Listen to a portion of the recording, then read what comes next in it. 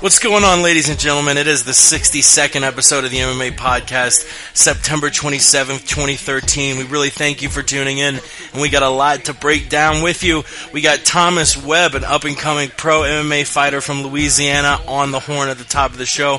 Definitely looking forward to talking to him, along with, Jesus Christ, we had UFC 165, one of the best title fights, definitely one of the best light heavyweight title fights we've ever seen. Alex Gustafsson and John Jones get into a dog fight. We got a few news items to cover, a fight announcement or two. Tough's going on. It's a great show. Thanks for tuning in. I'm ready to bring it to you. Let's do this shit, ladies and gentlemen.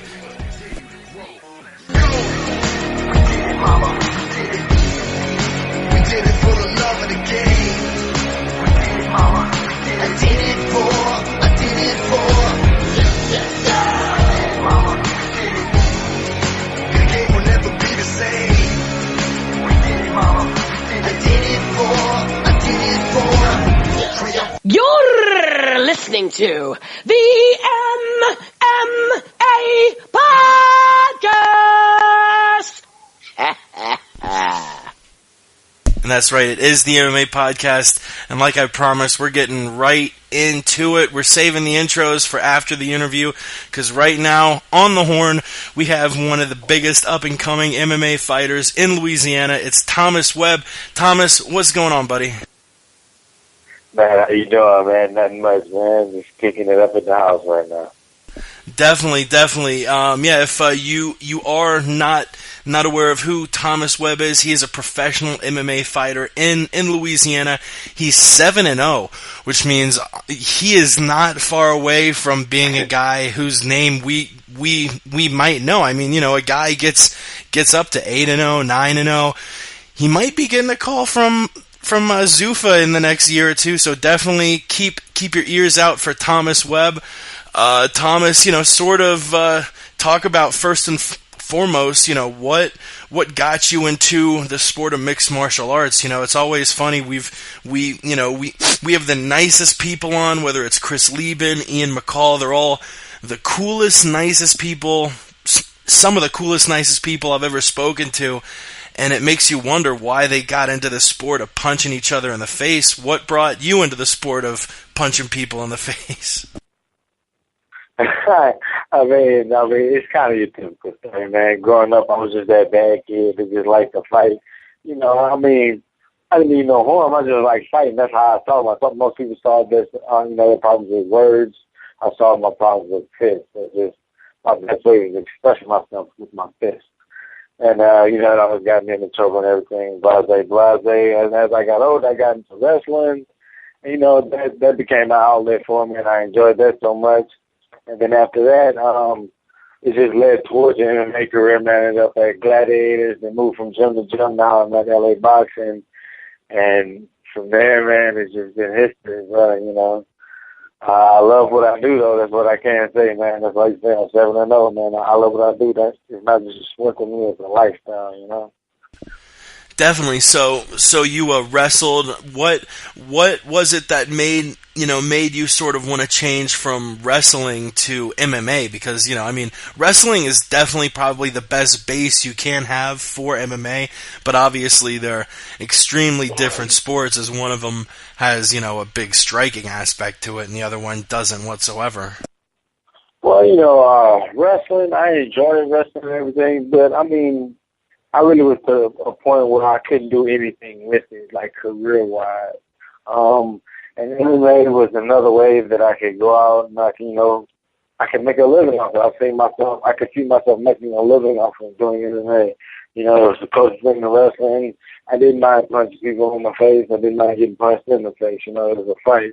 Hey, I don't need any hard feelings for that, so I enjoyed doing it. When I first tried it, I got beat down by like 10. You there, Thomas? Yeah, I'm right here. Can you hear me?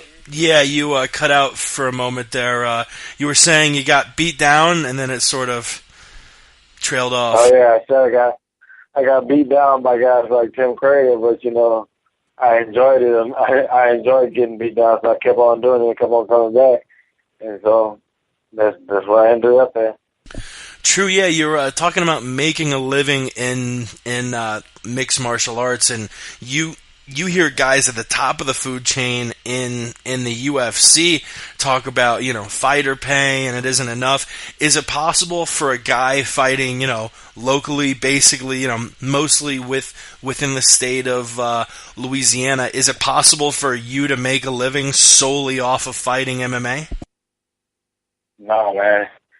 Not solely. I mean, I can make a living, but not a good living, I make ends meet, but, I know I'm tight with money, that's why. But, I mean, just solely off fighting locally, nah. I mean, you got to get out there, you got to fight everywhere, and that's what I'm trying to do, man. You put whoever in front of me, I'll fight him. So. Yeah, and speaking of your fights, our buddy Alan actually was at your most recent fight, I believe last December in Louisiana. It was a 5-round war, he mentioned, and I didn't ask, was it for a belt, being a five-round fight, or... Just the main event card. That was in December. That was in Mitchell Hill. I've had a couple fights since then, but that was one of my kind of coming out fights. I hadn't fought in a while before that because due to injuries and everything. And Mitchell Hill was a tough guy, the short, stocky brawler, man. And, I mean, he's going to be an exciting fight. So we went at it, the whole time, we making faces at each other and everything. I enjoyed the fight. He enjoyed the fight, So, yeah, it was a good fight. So, you are 7-0, and you just came off a win in the main event, but you did win in the main event last December. Have you moved toward getting a championship in the same organization, or what promotion was that fight with? That was a different promotion that he actually moved on to do different things, and I've kind of separated from him. I moved on to 2 different promotions from there. Now I'm in a title promotion, the WFC, the World Fighting Championship. That's what I'm fighting for now. My last fight was with them in the main event. That was July 20th, and I'm fighting for them again in the main event October 11th at the Bella Baton Rouge Casino against Josh Quayhagen. A very, very game opponent. He's fought in Bellator and everything before. Oh wow! Yeah, how are you preparing for that fight in just a couple weeks? I mean, like I prepare for all my fights, just game planning. Actually, I did change one thing that is I do a lot more game planning now. I spent a month out in Coconut Creek, Florida, the American Top Team. Dustin Poirier, who's a friend of mine, invited me out there to come train with him for his training camp against Eric Coates. And I was fortunate enough to go out there for a month and live with him and just watch him and learn a lot. And one thing that I learned is the game planning aspect of it. And so I've been game planning what I'm going to do against this guy, getting people to mimic how he's going to act and react, and going over my reactions to his actions, certain things like that.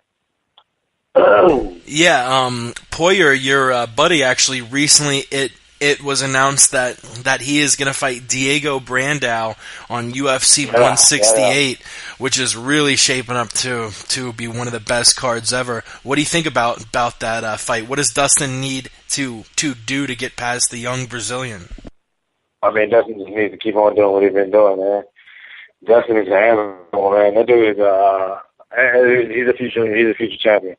I do believe that, man. Spending the time I did, there's nobody more dedicated to the sport than that young man right there. I will say that, and I believe that. And, yeah, he's got to he has a great camp behind him. He keeps on game playing like he's doing. He goes out and executes his game plans like we know he can. He beat everybody in the division. Definitely, yeah. After watching Poirier fight Korean Zombie, even though he came out on the wrong side of it, I'll be a fan of his forever, because that was one of the most exciting fights I've seen in my entire life. Pretty much a unanimous choice for 2012 Fight of the Year last year. That was an amazing fight, and he looked just as great fighting Eric Koch back at UFC 164 last last month. He's definitely a young guy. Definitely has a lot of future. And speaking of the UFC, you're 7-0. You yourself are on the precipice of something big. How what are your thoughts? Have you been contacted by any big organizations like Zuffa, like Bellator, maybe the World Series of Fighting?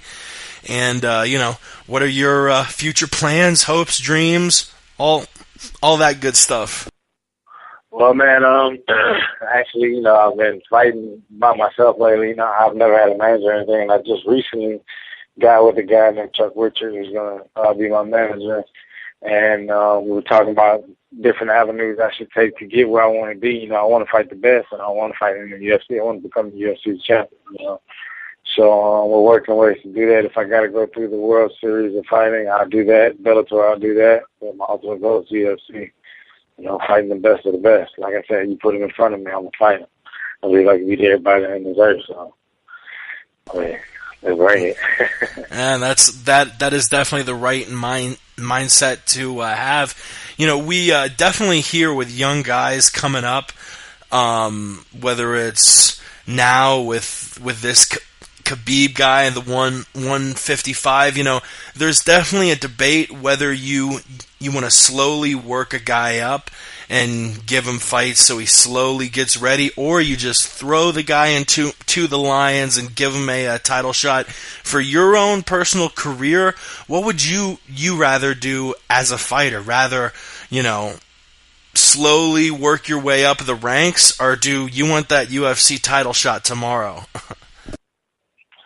I mean, if I can get the fight tomorrow, I'll take it. I don't care. I want to fight the best, man. I'm not going to fight the best. I'm not going to beat the best. That's what I feel.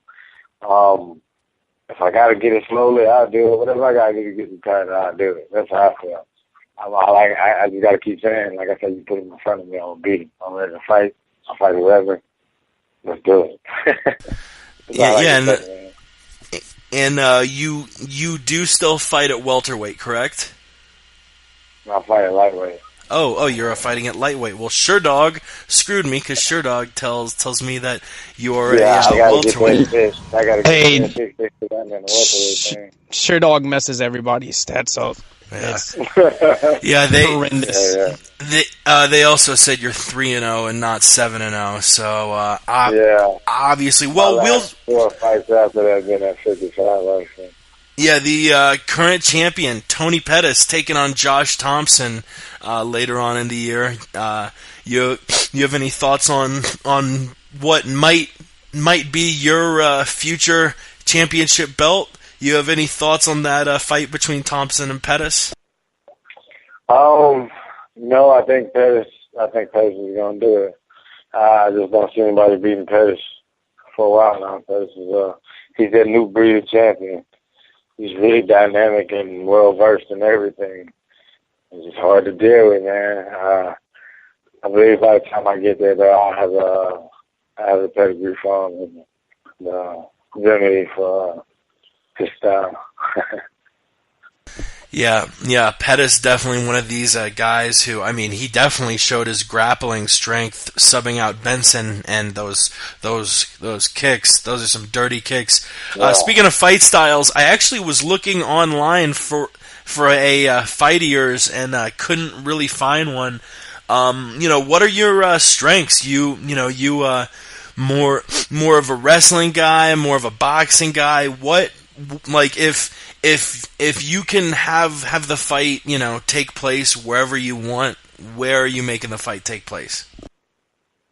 Due to my background, beginning of being a wrestler, when all hell breaks loose, I do rely on my wrestling. Excuse me, that's my pedigree. That's what I'm used to. Then when it comes down to just reaction, I will go for the takedown, but I do like to stand and bang. If you want to find a fight of mine, man, just go look up Thomas Webb versus BJ Lawrence. It's the last fight I had got to. It's a legit fight. I got to showcase my skills on both on the feet and on the ground. More comfortable everywhere, man. I train with a lot of good guys, man. that makes me comfortable no matter wherever I am on the feet. I mean, I'm in the fight. Feet, on my back, or on top. I'd rather be on top. I mean, I like punching on people, and they can't punch me back. For sure, that's definitely the goal of a lot of MMA fighters. But I got a couple questions left.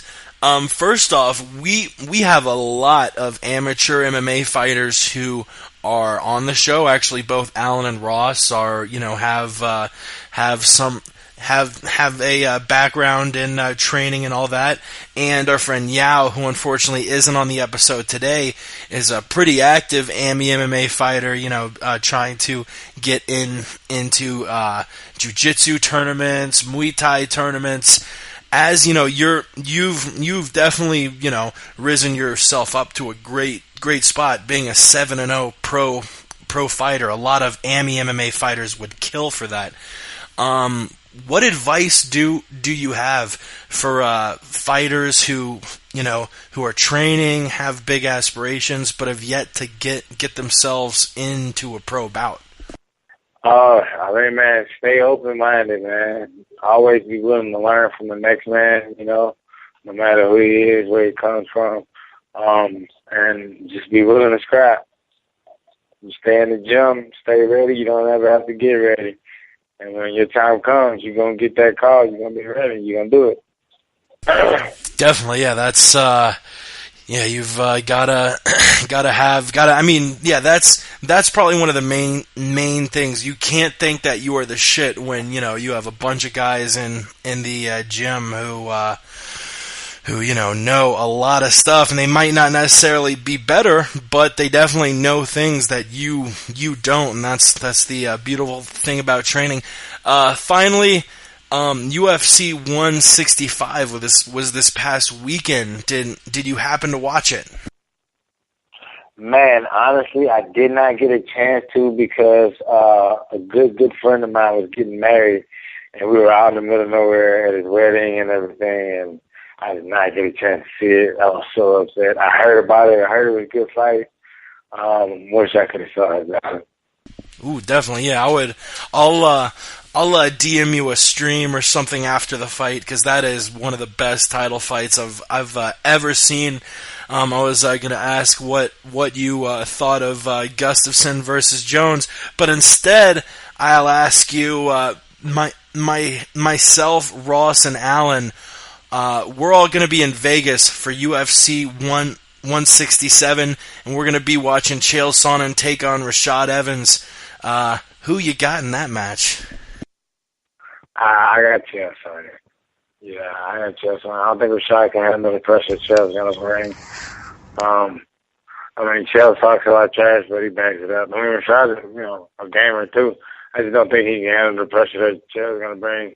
He might gas Rashad out or whatever. But yeah. And Team just Darkside. Hell yeah, Team Darkside. Beautiful way to end the interview, Thomas. That I really don't have anything left. But one more time, if you are in Louisiana, or for that sake, the southeastern U.S., October 11th is your next fight. Where can people go to watch it, and where can people go to watch tickets if they want to go live? They can, if they want to come see it, man, they can come check me out at my gym at LA Boxing at either location on Acadian or Sherwood in Baton Rouge, Louisiana. We have our tickets for sale at the front desk, and the fight's October 11th at the Bella Baton Rouge Casino, man, on the main event. We also have 2 amateurs on that card, man. It's going to be a stacked card, real nice card, man. They came in before, and it was a great job done by the promoter and everybody. Looking forward to representing these guys again, yeah. Once again, October 11th, come check your boy out at Bella Baton Rouge Casino. Check your boy out, Thomas Webb. He's raising up to 8-0, and if you haven't seen him, you'll be seeing him in the UFC very soon. Follow him on Twitter. Yes, the Twitter is the letter T Grant W. That's T Grant and then the letter W. Thomas, thank you so much for coming on. And once you turn into the UFC lightweight champ, you gotta come back and tell us about it, man.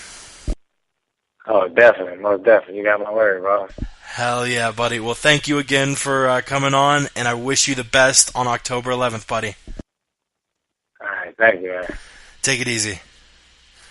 And that was Thomas Webb. We really thank him for coming on, and thank Alan, our new resident booker. That was an awesome interview. Thanks, man. It's no problem. It was good getting him on here. Want to give him some exposure to the people on Team Darkside and the people on Twitter. That way we can get his name out there, get some love for Louisiana fighters. Hashtag Louisiana Pride. And if anyone from Zoof is listening, when I said I was going to DM him a stream, I meant a soda stream. He and I were talking before the show, and he's interested in those little soda stream things. You can make soda out of water, it carbonates and stuff, and he wanted me to send him a link for a soda stream. I'm definitely not promoting anything illegal here on the MMA Podcast, because that would be wrong. And in all reality, I do usually go to a sports bar or try. There are certain organizations like Bellator who screw people over that I try not to support. But when it comes down to it, the UFC, they do an amazing job at both supporting fighters and their employees. So they're definitely an organization you want to support whenever you can. They're beautiful, damn it. But yeah, thank you, Thomas Webb, for coming on. And let's get into it. We skipped the intros, which is what we usually lead off the show with. But you know what? It's time to get into some intros. If you want to follow us on Twitter, it's at the MMA Podcast, themmapodcast.com. If you want to call in, the phone number is 213-457-3380, or you can Skype us at the MMA Podcast, all one word. And we got Ross and Alan on the show today. Ross Finkelstein, E before the L. Where do we find you on Twitter, cocksucker? I'll go ahead and go because I think he might I think be he was away right up. now. You can catch me, Westland Eagle AH, on Twitter and Instagram. It's all the same thing. Anything MMA related. If you need some tickets for Thomas's fight, I can point you in the direction. It's going to be a good time. For sure. And our boy Ross Finkelstein, even the greatest of us, sometimes we're just muted up and we think people are listening, and in reality no one can hear. Ross, what's going on? Where do we find you, you beautiful Jew? Where can you find me? Where can you find Ross Finkelstein? Listen, ladies and gentlemen, mistakes happen. That was a mistake, but I'm still perfect. If you want to find Ross Finkelstein, you can find me on Twitter at Ross Finkelstein, E before the L. E before the L. You dumb motherfuckers. And let's get... Oh, yeah. Also, before we get right into it, we got to shout out our boys over at MMA Mental, MMAmental.com, on Twitter at MMA Mental. Our boy Ramses on Twitter at The Aunt Jimmy Show. The word on the street has been taking a little bit of a hiatus, but it'll be back next week, ready to kick you in the keister. I think that's the first time I've ever said the word keister on this show. Also, of course, our friends Yao at Yao_the truth, who himself is at a fight tonight. And Chris at C. Lowenstein, the original gangster. Looking forward to having him back sometime. Let's get right into the news. Definitely the news that when I saw it, I was like, what? I scratched my head. Yushin Okami cut. And this kind of, what? He's 13-5 in the UFC. Definitely has a few losses, but they're to good people like Silva, Boach, Jacare. A lot of wins on his record. And the thing that I don't get whatsoever, like, the UFC acknowledges that Yushin Okami is good enough to where, like, Jacare basically just beat him for a title shot. I don't think if Okami beat Jacare, I don't think Okami would have gotten a title shot. But, there's a very good chance if Chris Weidman wins the rematch that his second title defense is going to be against Jacare Souza. So you're taking Okami from the position to where beating him earns you a title shot, and now he's being cut. It makes me feel like, I don't know if this is just one of those John Fitch cuts. From all accounts, Yushin is a really nice guy. He doesn't really have any problems with UFC brass as far as I know of, and it's a cut I don't think should have happened. I mean, yeah, you have cuts like Mikey Ricci, which as much as I might not like the guy, I think that was a fair cut in all honesty. But Yushin Okami, this is a weird cut from the roster. What do y'all think of him getting the axe? I can't say that it's a bad decision, but I don't like the decision. I think Yushin Okami is one of the best middleweights in the world. He is for sure a top 10 middleweight. There's no question about that. He's top 8. He is one of the best in the world. He's a perennial guy. And I think the UFC even has him on their own rankings at number 6, which it shades of John Fitch there. But at the same time, Yushin's not going to be fighting for a title. We all know this at this point. He's lost to the top guys. He's as good as he is. He can beat the Hector Lombards. He can beat the Alan Belchers, but can't beat Anderson, can't beat Jacare, can't beat Chael, can't beat guys like that.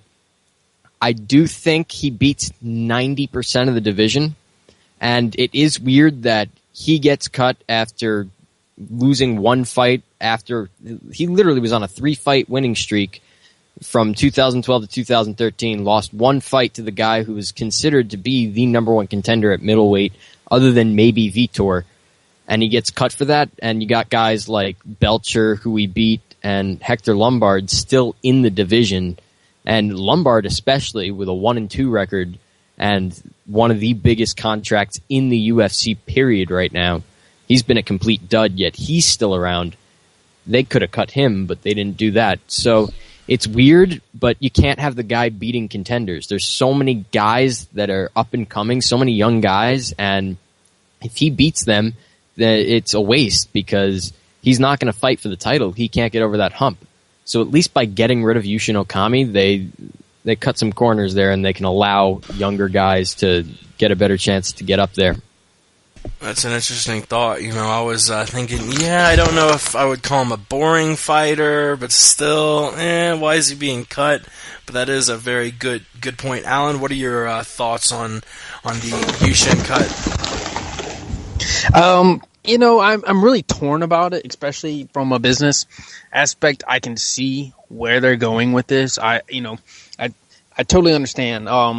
If I recall, I don't think Yushin even pulls in though more than like $70K a fight if he loses. So I really don't know. I don't think it was about the money.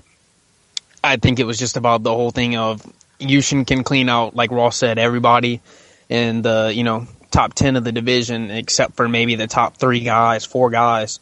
And I don't think the UFC wants a gatekeeper in there that's going to, tear down talent that they could possibly, have money making matches with. They don't want to, lose those opportunities. And that's basically what, Yushin, would be in there doing. He'd be beating everybody except for, the top, 2-3 guys. And, it kind of, takes away from some of the matchups you can make. Personally, I don't think he should have been cut.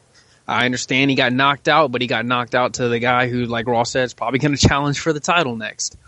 I think he should have been given one more shot. The only other thing that I can think of is that possibly Yushin might have asked for his release after his contract. Somebody said his 5-fight contract was up after this last fight. And maybe he wants to go back and, fight in Japan, take some time off, fight for a smaller organization to where he doesn't have to, travel so much. The guy's only 32 years old, so, I can't see him being burnt out on fighting, but he's definitely probably, on the downward slope of his career. So I don't agree with it. I think he should have been given one more opportunity. But, I think there's more to it than what we actually know or actually are being told. For sure, and like you mentioned, definitely one of the best Japanese fighters the UFC has ever seen. JMMA has sort of gotten a bad rep, but Yushin Okami is definitely a fighter who has made his home country proud, and I definitely hope the best for him. He is a part of Team Darkside. And yeah, he's 3-1 in his last 4 fights. So I wish him the best. Let's move on. Another bit of news that came out today was that Lyoto Machida is replacing Michael Bisping, who has an eye injury. Posted a wacky picture of him with a big goofy smile on his face and an eye patch. So Lyoto Machida is being pulled out of the fight with Tim Kennedy, which thank God. I really did not have any interest in seeing Machida versus Kennedy.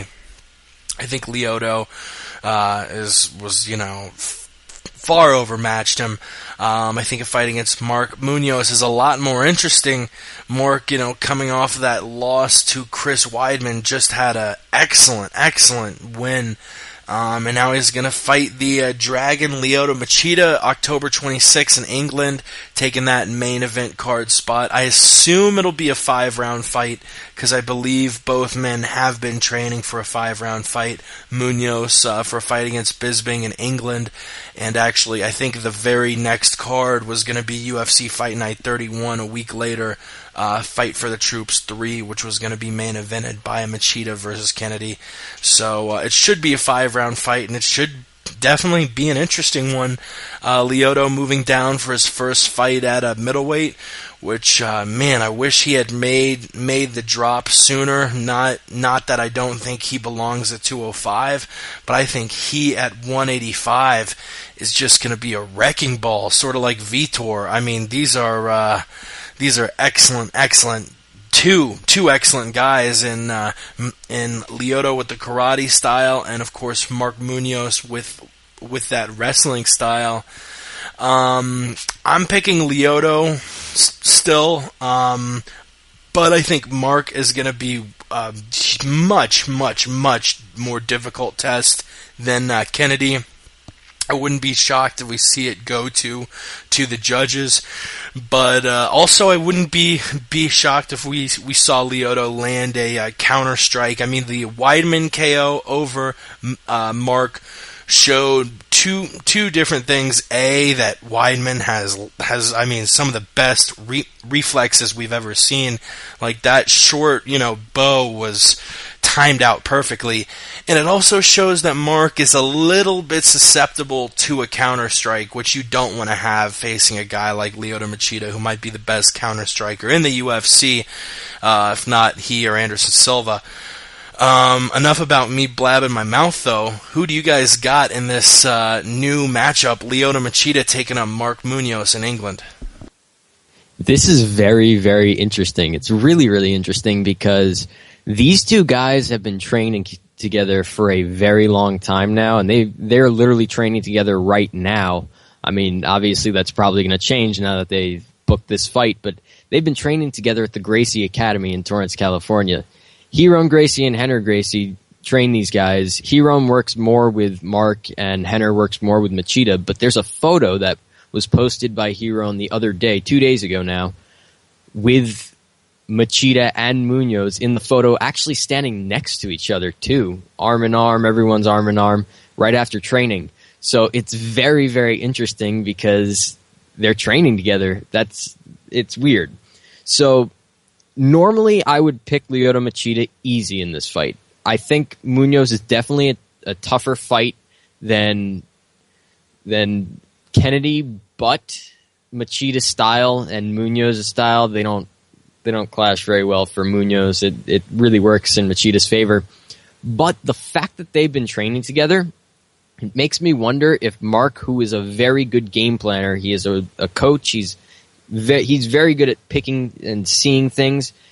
I'm wondering if he's going to be able to utilize the fact that he's trained now with Lyoto very close to Lyoto, what was supposed to be his next fight. So now they're very close to this fight, so he's seen what Lyoto's done recently. I wonder if Mark's going to be able to capitalize on that and be able to kind of take Lyoto down and be able to work him on the ground. So it's going to be a very, very interesting fight. I'm still going with Machida. I think Machida's going to knock him out, like you said. When Mark gets desperate, he leaves himself very open to get counter-striked. He couldn't do anything to Weidman. Weidman was dominating him, and he threw a looping punch. Weidman timed it perfectly, and that was that. Machida, he can do the same thing. He can execute a perfect counter-strike, as we've seen plenty of times in the past. And this fight could very well end up looking like Ryan Bader versus Lyoto Machida. But I do think the fact that they've trained together is what's going to make this fight a little more interesting. Yeah, we saw the picture, I think, earlier in the week that Mark put on his Instagram of Lyoto training with him, and I was like, damn, Lyoto's cut at middleweight. I think Lyoto will win. I'm still picking him. But I think Mark, he'll definitely be an underdog, and I think the line, a lot of people are going to be going for Lyoto. The line, if you are a gambling man, might be leaning toward Mark, because this is going to be a closer fight than a lot of people think. Mark is 5-1 in his last 6 fights. Obviously, the only loss to current champion Chris Weidman, and wins against Tim Boach, Chris Lieben, Damian Maia, Aaron Simpson, and CB put that blow up doll away. He really is a wrecking machine, and the dude, if Lyoto doesn't look out, he might lose. Alan, Munoz Machida, what are your thoughts? My heart tells me to go for Mark, and my brain tells me to go for Machida, man. I just, the speed of Machida, at 185, I just think it's going to be crazy to see, he could come out and be a dud, but I think he comes out, man, he comes out blasting, it's something we hadn't seen before. I don't think he relies so much heavily on his counter strikes. I think he's going to try to be more active because, with a good showing, he could be in the running for a middleweight title shot. So definitely think that, it's probably going to go Machida's way. But, if I had to put money on it, I'd put my money on the underdog, on Munoz. My heart's just telling me to pick for him, pull for him for some reason. So, I don't know. I don't think Mark's fast enough, though. I just think Machida's got the speed and got the knockout, one-punch knockout power. He's got the defensive wrestling, which, Mark's got really good wrestling. He bested Chael in college. But I don't see him being quicker. If he's not able to stop Weidman's counter punches, I don't think he's going to be able to stop Machida's counters. So Machida by some form of KO probably.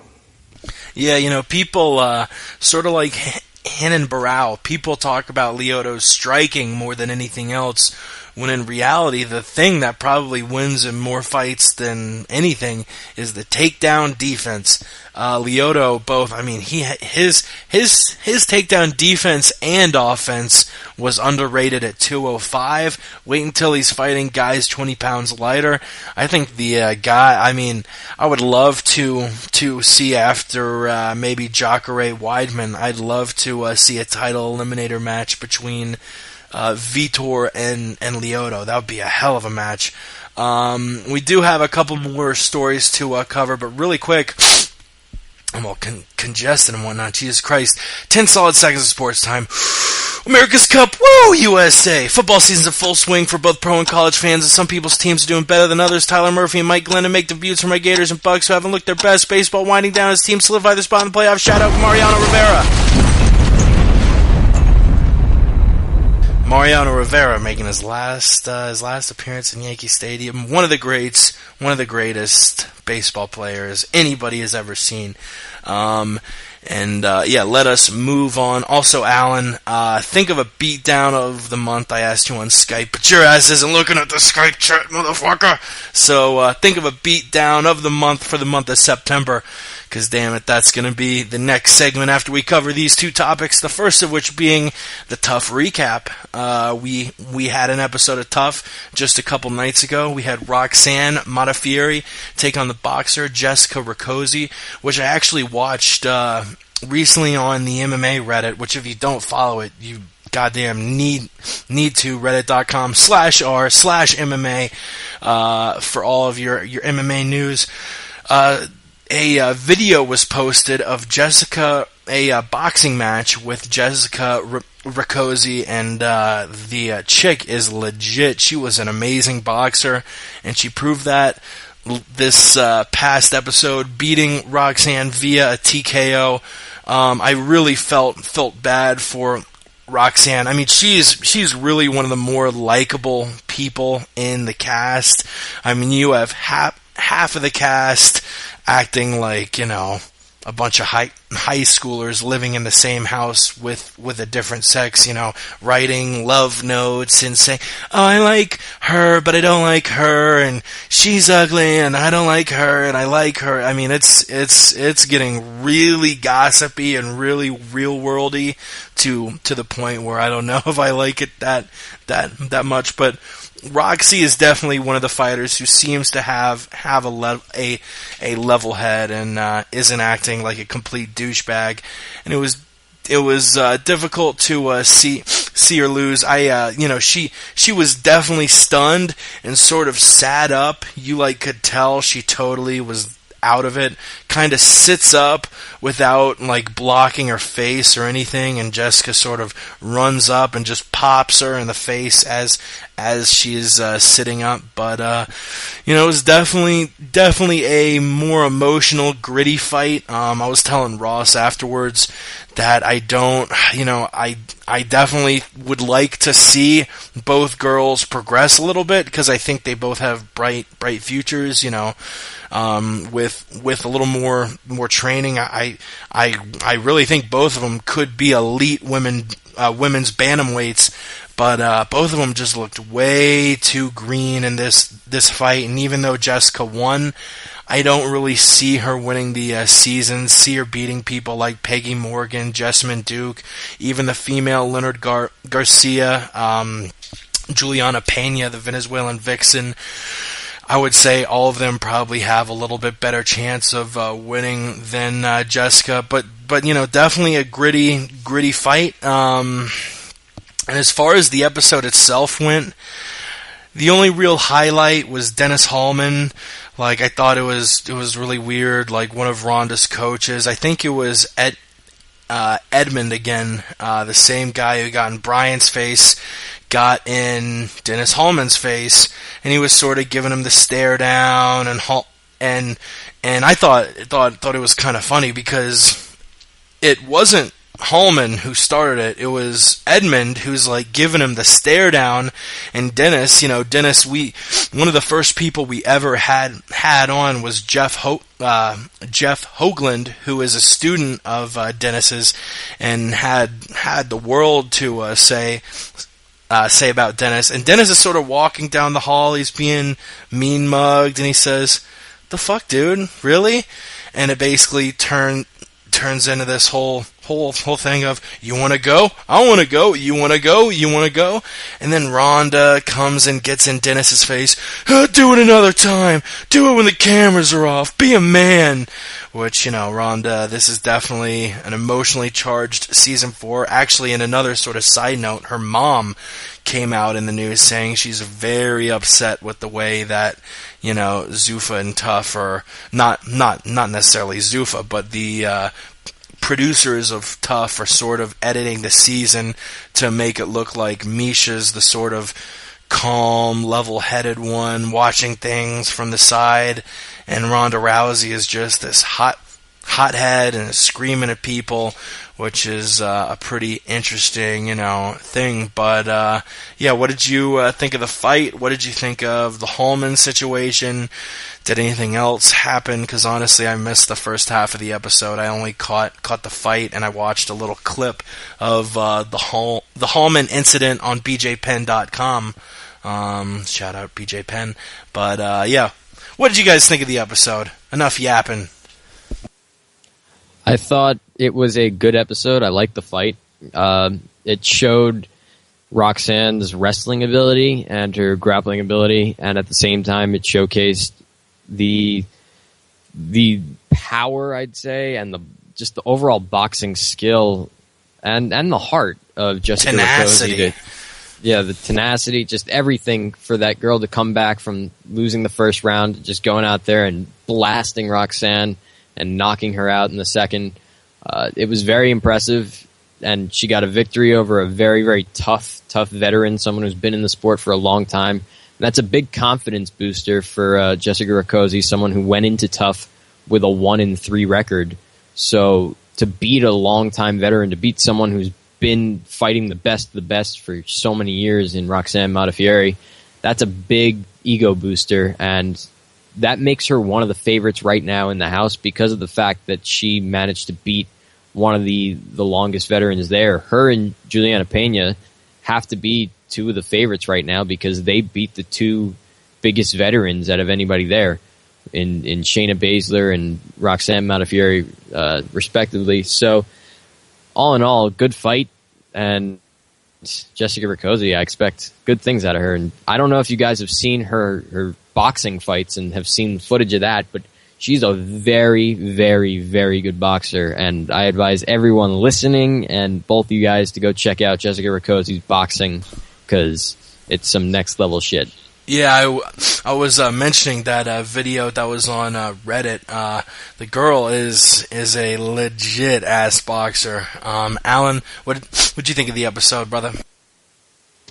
I just think it continues the trend that this season of Tough has brought us, and that is the veterans are not safe. I've seen that posted all over social media and all over websites.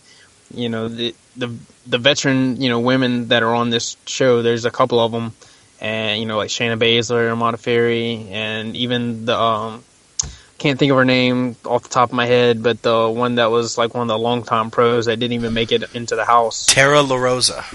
Yeah, LaRosa. I mean, it's time for the new breed of mixed martial artists. Like Khabib Magomedov or whatever. These young up and coming guys. They don't train like people that started out in the sport did. They bring everything to the table. They've been training in every single aspect and facet of mixed martial arts from the time they begin. So they don't come from just a singular background. And I think it brings forth more well put together fighters. More well put to fighters than what we've seen in the past. So I just think it's a really good fight. I'm not enjoying the show, I have to be honest, as much as last season. Not just because of the Chael Sonnen being on the show, but the whole thing with Ronda, like how they're editing it. Like I'm really curious as to know if that's really how she is, if she really is a psycho bitch, because like that she just comes off as a like crazy ass psycho bitch. So I don't know. I kind of would like to see something different than for them to go with this angle. And I can kind of see as we progress, some of the guys and girls are gonna, get together, and it's just gonna be fucking Jerry Springer show. Yeah, that's definitely. I sort of mentioned her mom being upset about her, Ronda's portrayal as a psycho bitch. I wonder because obviously Zuffa is doing all they can to pump up Ronda and make Ronda a star, and you think that making her a bad guy, whether I don't know if the UFC wants her to be a heel like John Jones or something, but she definitely is not coming out the nicer chick, so to speak, on this. And I really love the point you made about, back in the day, not even that far back, MMA was not a big sport, so the people you had in it weren't, didn't come up training MMA. They came up training wrestling or boxing or jiu-jitsu or sambo or Muay Thai or something. Now that MMA is getting so big, you have people who have trained MMA since they were kids. And, this new breed of guy, I forget which fighter you mentioned, but the one that pops into my head first is Mayday Michael McDonald. Just one of these dudes who really proves, man, it is a great time to be an MMA fan. Let's do one more topic before we hit the beatdown of the month, and that is a happy birthday wish going out to our friend Fedor Emelianenko, turning 36 today. And the question I got is extremely simple: is he the best heavyweight we've ever seen? And I say, inarguably, yes. We have never, and I'm not saying that Junior and Kane won't ever be the best of all time, don't have a chance to be the best of all time, because they're still, they're still walking down the path of their career. But as far as things stand right now, I think Fedor, without a doubt, the best heavy of all time, one of the best fighters of all time, definitely goes up there in the pantheon as one of the best we've ever seen. And it's a shame, he was known as the undefeated fighter his whole career, then he loses 3 in a row, and that sort of, took a lot of gusto out of his name, at least for the mainstream fan. But is he the best heavyweight we've ever seen, Ross? Absolutely. This isn't even a question. It's a statement. There's absolutely no debate over this. I don't even know why this is on the topic list, because we all know the answer to it. We should just be praising Fedor. Fedor is the greatest heavyweight of all time. He is top 3 greatest MMA fighters of all time. Fedor. We gotta love Fedor. Fedor is the greatest heavyweight, no question. I don't know why it was asked. And if there are 3 things you can do to make me upset at you as an MMA fan, A, shit talk Chael Sonnen, B, shit talk BJ Penn, C, try and argue that Fedor wasn't one of the best ever. Thankfully, we don't have Ramses on the show tonight to say that Fedor's a bum. I do wish he was on the show, but this is the one topic I'm glad that he's not putting in his 2 cents on, because I might have had to get a little bit fired up. But Alan, what are your thoughts on The Last Emperor? Yeah, I don't have anything to say. I'll agree and leave it at that. Short, sweet, simple. Short, sweet, simple. Ladies and gentlemen, it's time for the beatdown of the month. There's the audio.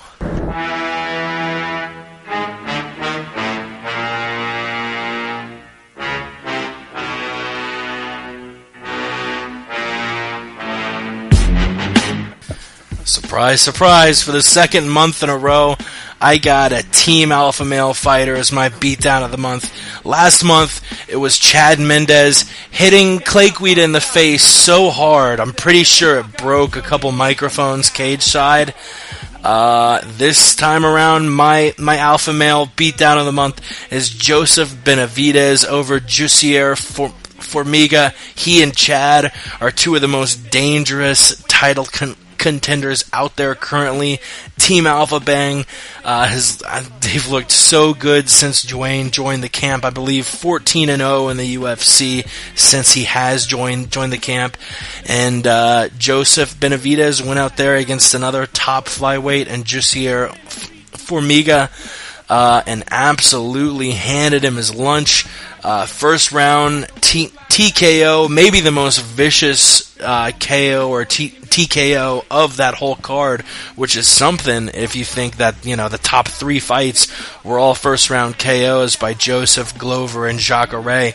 I wouldn't be shocked if Glover or Jacare made it on one of your beatdown of the month lists. But my beatdown of the month for September 2013 was Joseph Benavidez. I guess I'll go next. Ladies and gentlemen, beatdown of the month. You want to know what the biggest beatdown of this month is? Sure, we've got a lot of big beatdowns from this month. Like Jake said, Joseph Benavidez versus Jussier Formiga was a great beatdown. But the best beatdown from the month of September is my boy Lucas Martins knocking out Junior Hernandez. Junior Hernandez, this cocky piece of crap. He goes out there, he tells him, come on, punch me in the face. You can't do it. And Lucas punches him in the face, drops him, takes his back with ease, and puts that bitch to sleep like it's nothing. Beat him down easy. The dude's moving up the ladder. Look at him at 135. He's got power. He's going to knock a lot of people out there. Alan, what is your beatdown, sir?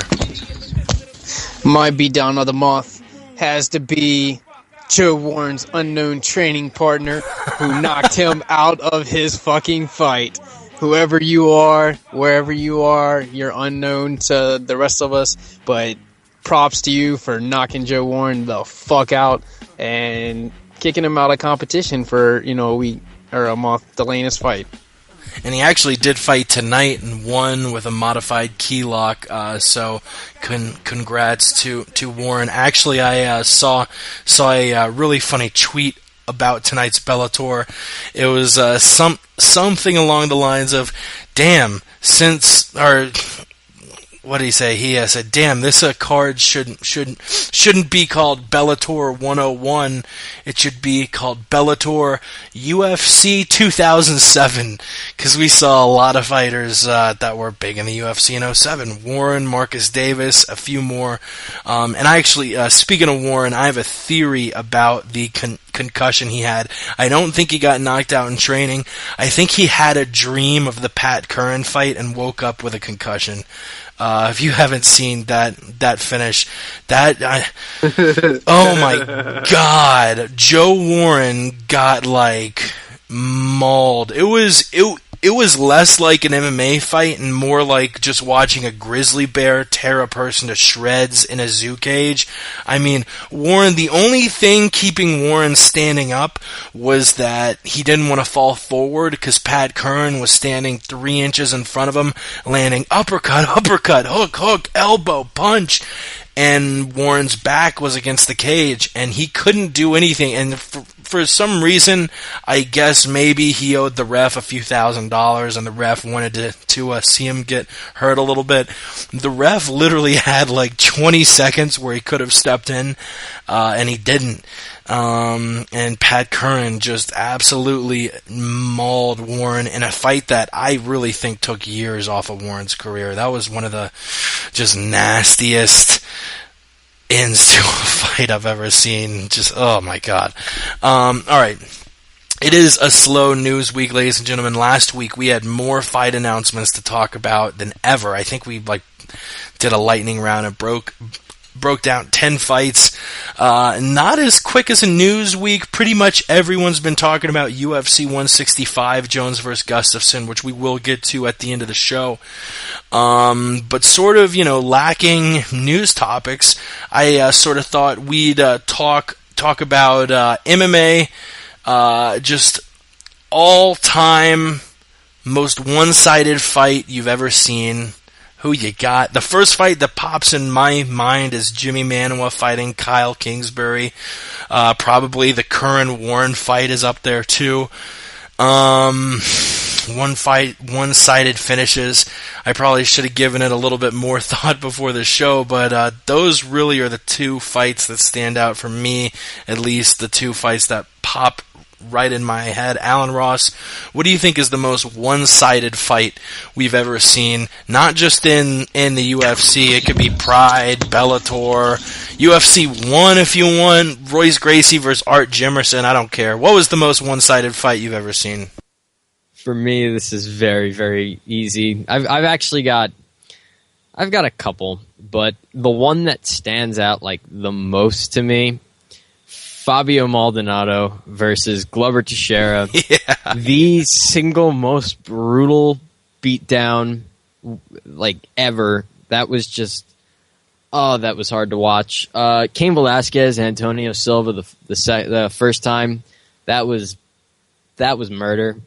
Those two fights were really just brutal, but really the Fabio Maldonado Glover Teixeira fight, that stands out the most. Yeah, Fabio versus Glover. That first round is the only round I can think of in UFC history that I'd score a 10-7.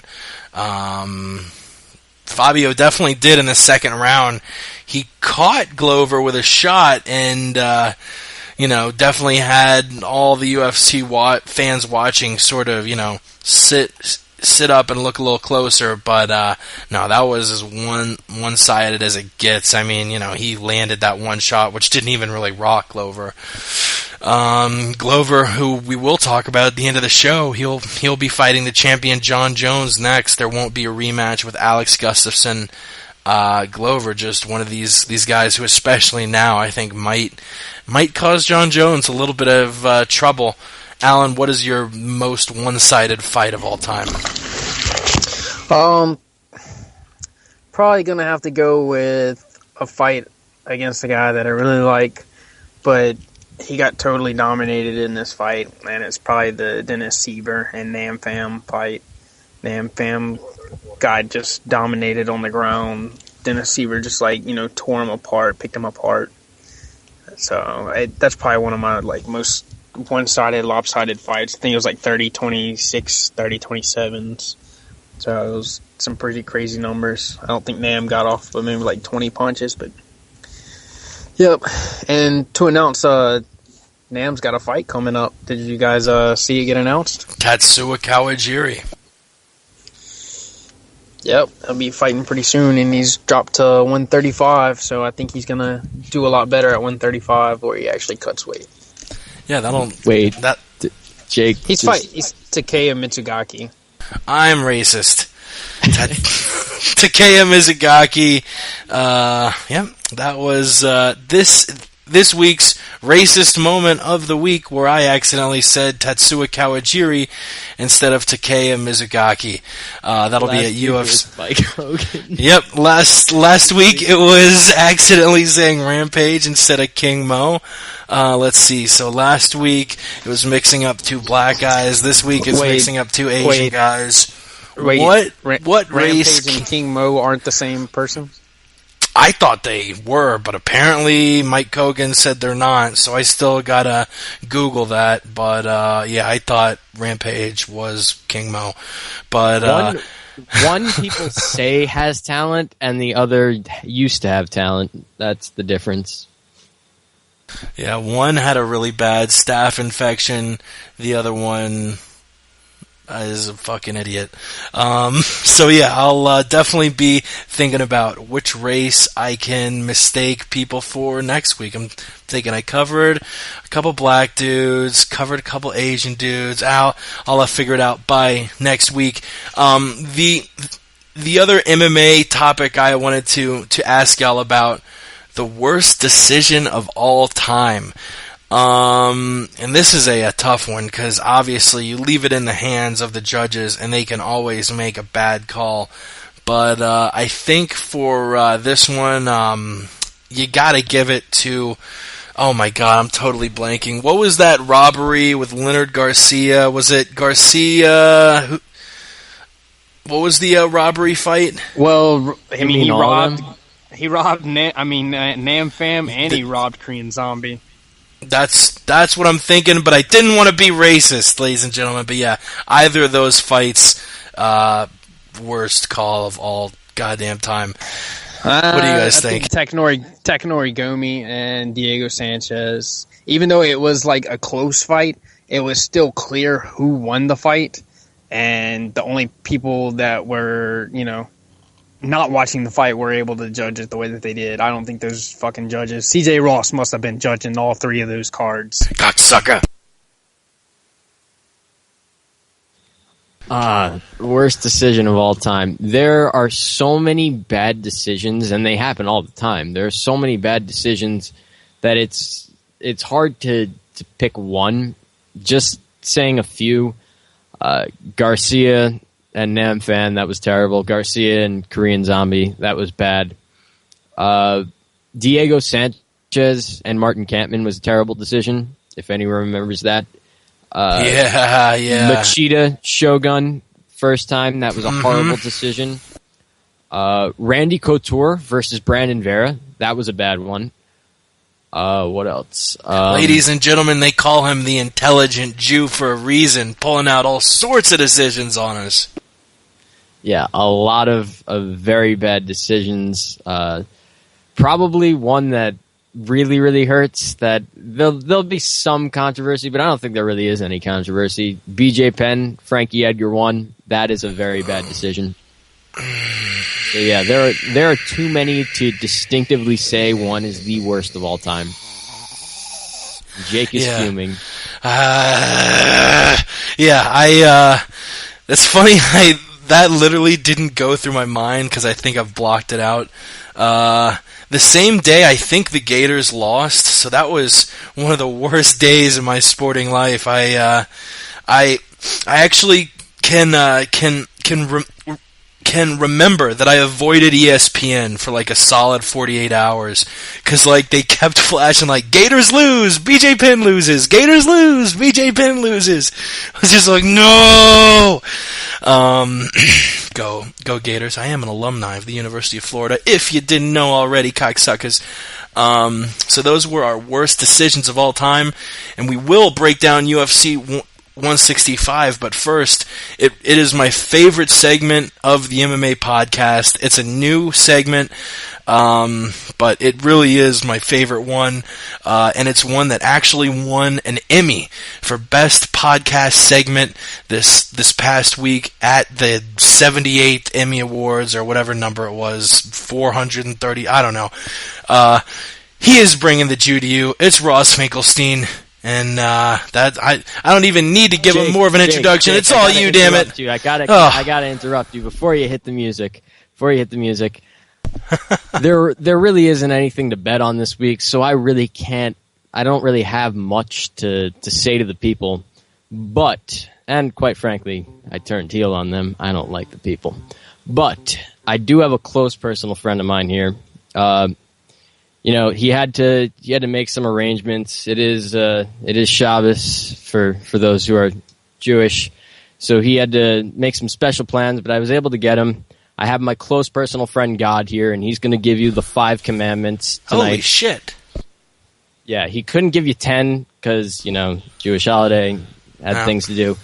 Yep. But he has the 5 commandments. So if you want to hit the music, yeah. Without any further ado, this is Ross's friend God, and he's bringing the Jew to you. Check 1 2 testing test. Is this thing on? You're good, God. All right, people, listen. Number 1, thou shalt not watch Bellator MMA unless Michael Chandler is fighting. Stream it. Please, people, because Viacom, they can eat a dick. Number 2, thou shalt no longer proclaim Jonathan Jones as UFC champion, because that bitch lost the belt. Let's be real, people. He lost the belt to Gustafsson. There's no question. Ross is telling me too. Number 3, thou shalt not speak of Melvin Gillard or any man who sits at bum status. Melvin, you're a bum. Go away. Number 4, if he is a Jewish fighter, he is your money maker. L'chad. And last but not least, number 5, thou shalt go to Twitter and follow at Ross Finkelstein on Twitter, because if you don't follow the Jew, he will be entitled to sue. This is God speaking. I'm going to hand it back over to Ross. Ross, you want to... Thank you, God. That was God. He brought the Jew to you this week. I just sat in the background. I laughed because he's my close personal friend, God. God, thank you very much. You heard what the man said. If you don't follow the Jew, I will be entitled to sue. At Ross Finkelstein on Twitter. E before the L. Damn, we've definitely had a few impressive guests. Misha Tate, John Anik, Eddie Bravo, Michael Schiavello. Definitely check those interviews out if you haven't yet. But that's definitely our best guest yet, God. And God said it himself. Follow him on Twitter at Ross Finkelstein, E before the L. Because if you don't let the Jew bring it to you, he'll sue. Something like that. Ross, thanks for bringing God on. Damn. Yeah, no problem. He said that he would be willing to do it. Like I've been texting back and forth with him for weeks, and finally the other day he said, "You know what? I'll be on this Friday. I'll be on." So thank you, God, very much. He already left. He had to go do some things. But thanks. Damn, God. He told me he set his phone. He didn't have texting anymore. I guess he just didn't want me to text him anymore. That's a bummer. You don't have the Jewish behind you. That's fine. That's true. I don't have a Jew behind me, which is a good thing, I guess, in the literal sense. Let's move on. UFC 165. It was one of the most entertaining cards of the year, actually, and that's only because of the main event. The rest of the card, too, was not bad, and I'm going to break down the prelims. First, the Facebook prelims.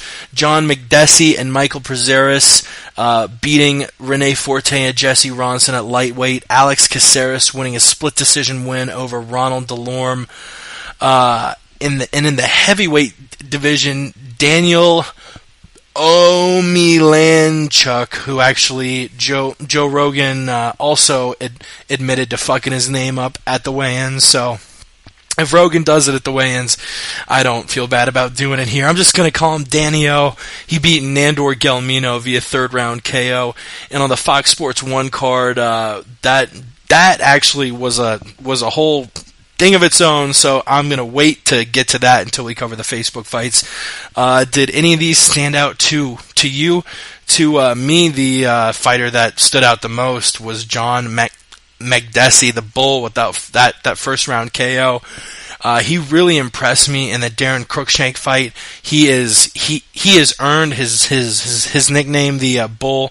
The guy is super strong, both at giving out punches and taking punches. I mean, he's gotten one of the strongest chins at 155, and with the KO against Rene Forte, we'll probably see him take on a legitimate lightweight next. Obviously, just fighting a week ago, we don't know who his next opponent will be, but he's on a 3-fight win streak now against Sam Stout, Darren Cruikshank, and Rene Forte.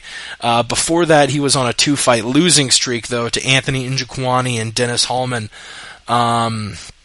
But he's definitely probably going to get thrown back up into the top 20 mix of the lightweights.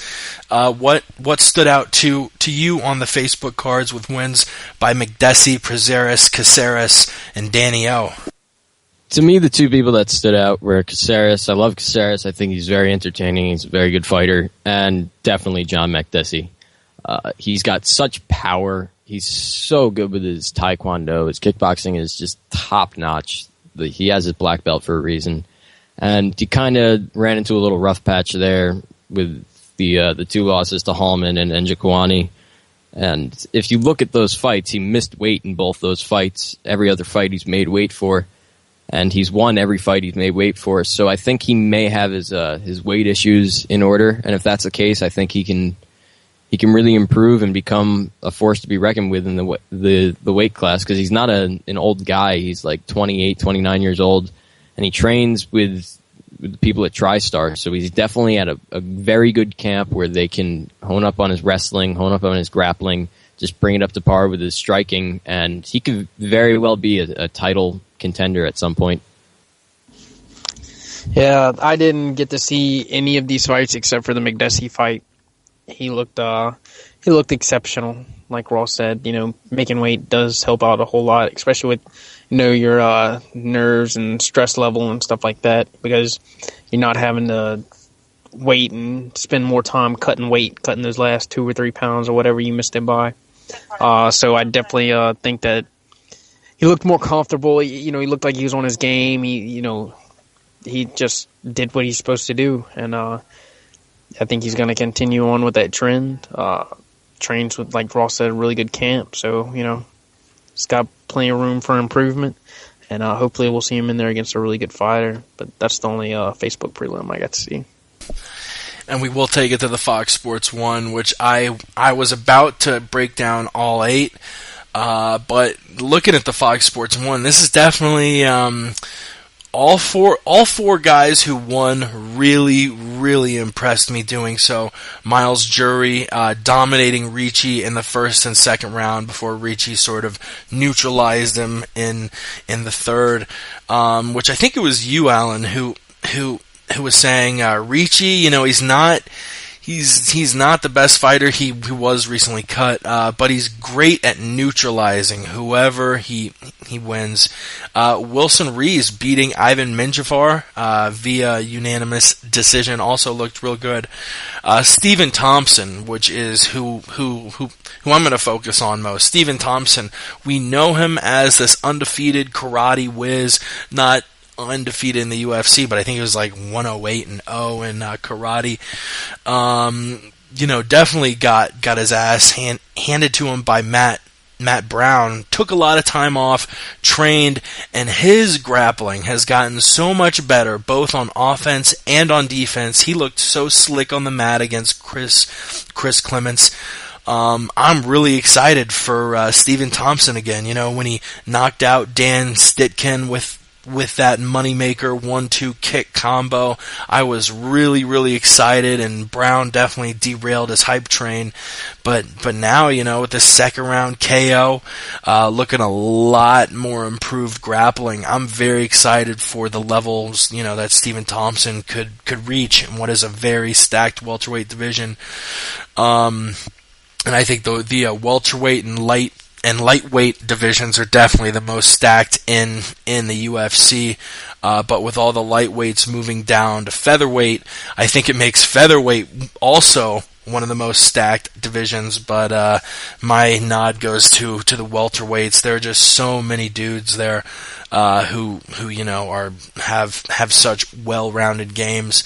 And we also had Mitch Gagnon defeating Dustin Kimura via technical submission, guillotine choke 4 minutes into the first round, and that was a bantamweight fight. Any thoughts on this group of 4 guys, Ross?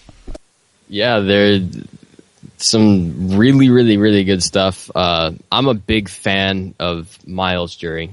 I think Miles Jury he's a future title contender. And I think just because he had a boring fight with Mike Ricci, styles make fights, and he's much better than Ricci. Any day of the week, he finishes Ricci.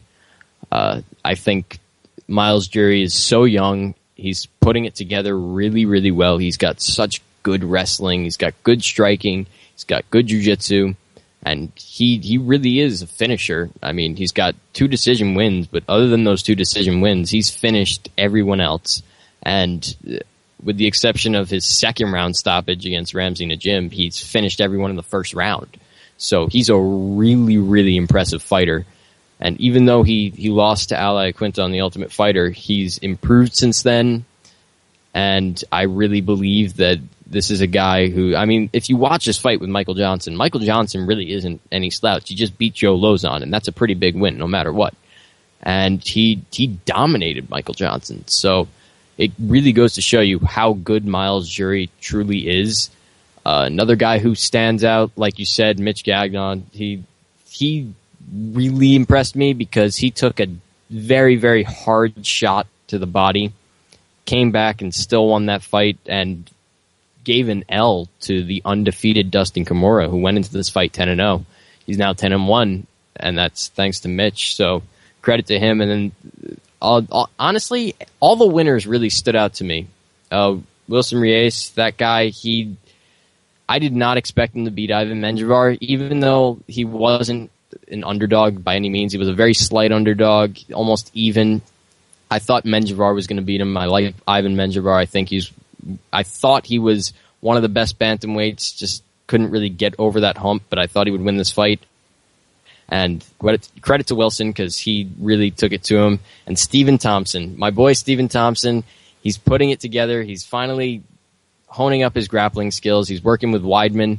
He is a huge reason why Chris Weidman is the UFC middleweight champion. And I know that sounds very funny. It sounds weird, but he really was a huge help in just recreating Anderson in the gym and just imitating Anderson's movements and taunting Chris during training.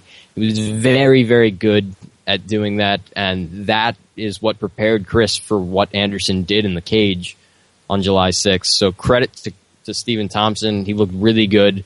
Another knockout victory. That's a guy who over time will get better and better and also contend for a title. Yeah, I definitely was surprised with Reese's performance against Menjivar.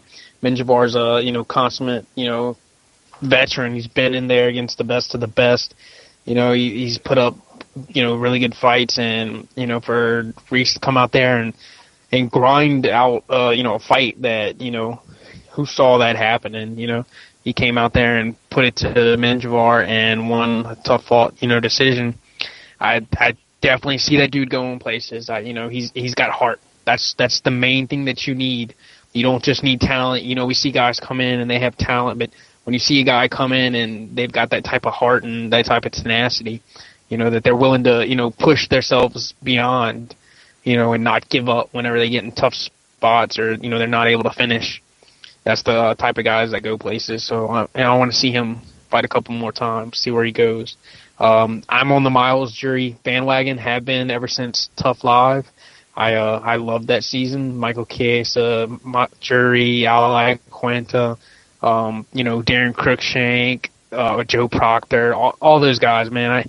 I loved watching that season, and it's fun to see these guys now in the UFC living their dream, doing what they love doing, winning fights, developing, and it's for as a fan of MMA, it's like the pinnacle, to see new talent come in and succeed, whenever you were watching them before they were, up and coming stars. So only great things to come from that guy, and Stephen Wonderboy Thompson looked great, coming back from that loss. A lot of times guys can get that first loss and, it's just downhill from there. But I think he got the right mindset. Like Ross said, training with the best of the best, really helped improve his, his mental toughness and, his physical ability, just backs that up. And he was able to, come out and look impressive. His groundwork was amazing compared to what it was the last time we saw him, grappling. So hats off to him. And, it was really enjoyable watching these fights. Definitely, yeah. It was an entertaining prelim card for sure. Let's move on to the main card though. And in the first fight, my boy Pat Healy, he was definitely looking good. Dude was on, was on a 7-fight win streak. You can call it a 6-fight win streak, but that was a win against Jim Miller at UFC 159.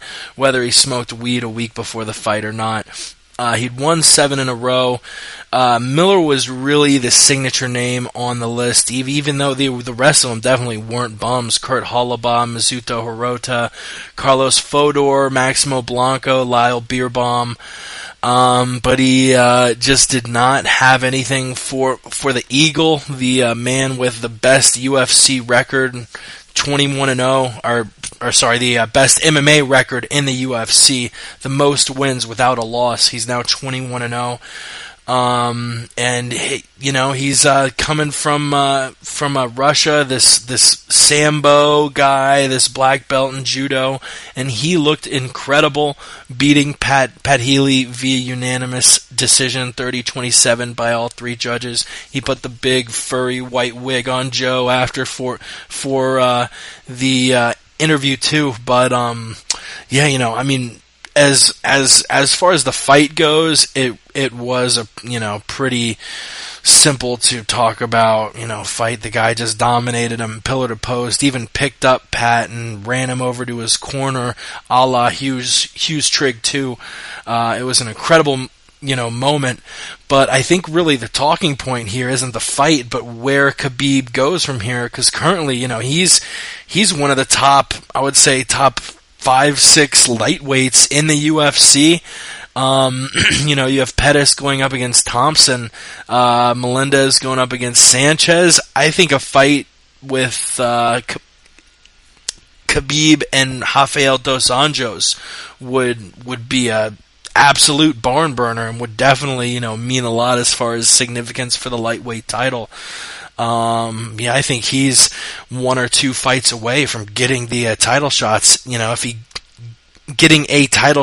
beats a guy like RDA, I think the least you could give him, if not a title fight, is a title eliminator fight. I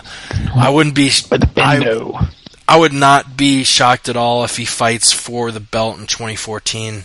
Ross, what were your thoughts on the fight and now Khabib's title outlook at lightweight? I think you might be muted.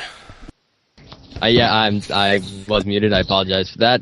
Seems to be happening tonight, but you make mistakes sometimes. But I'm still perfect. All right, ladies and gentlemen, like I was saying to no one, Pat Healy, thank you so much. You are a very entertaining fighter.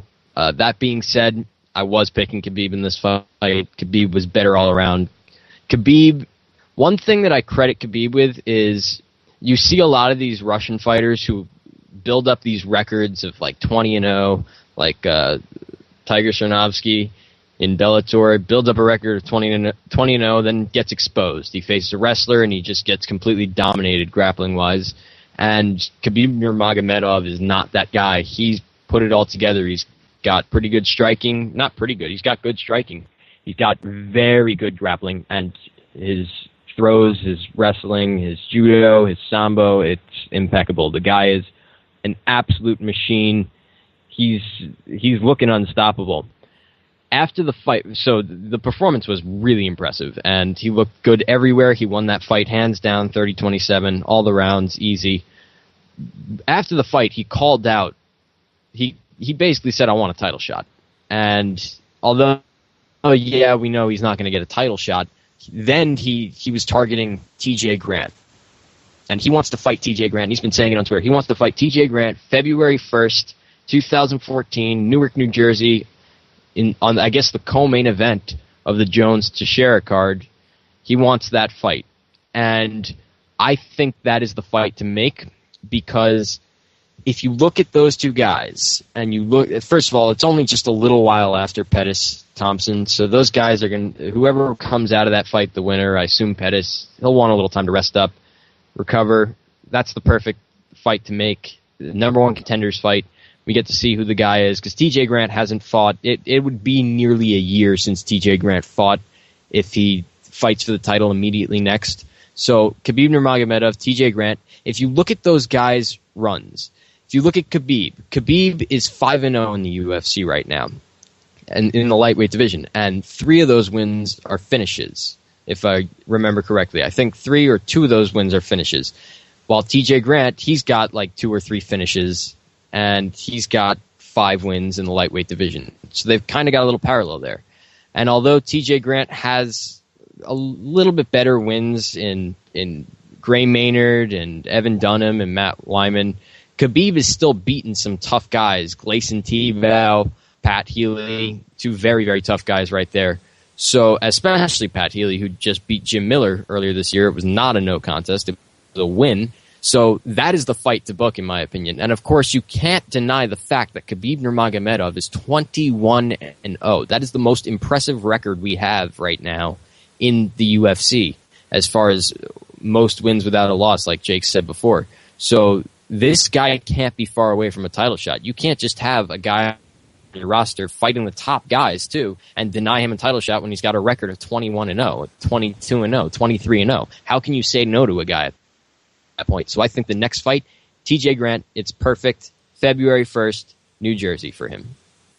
I definitely am in agreement with you, Ross. You are the smartest Jew. You are God Jew, God Finkelstein, everything.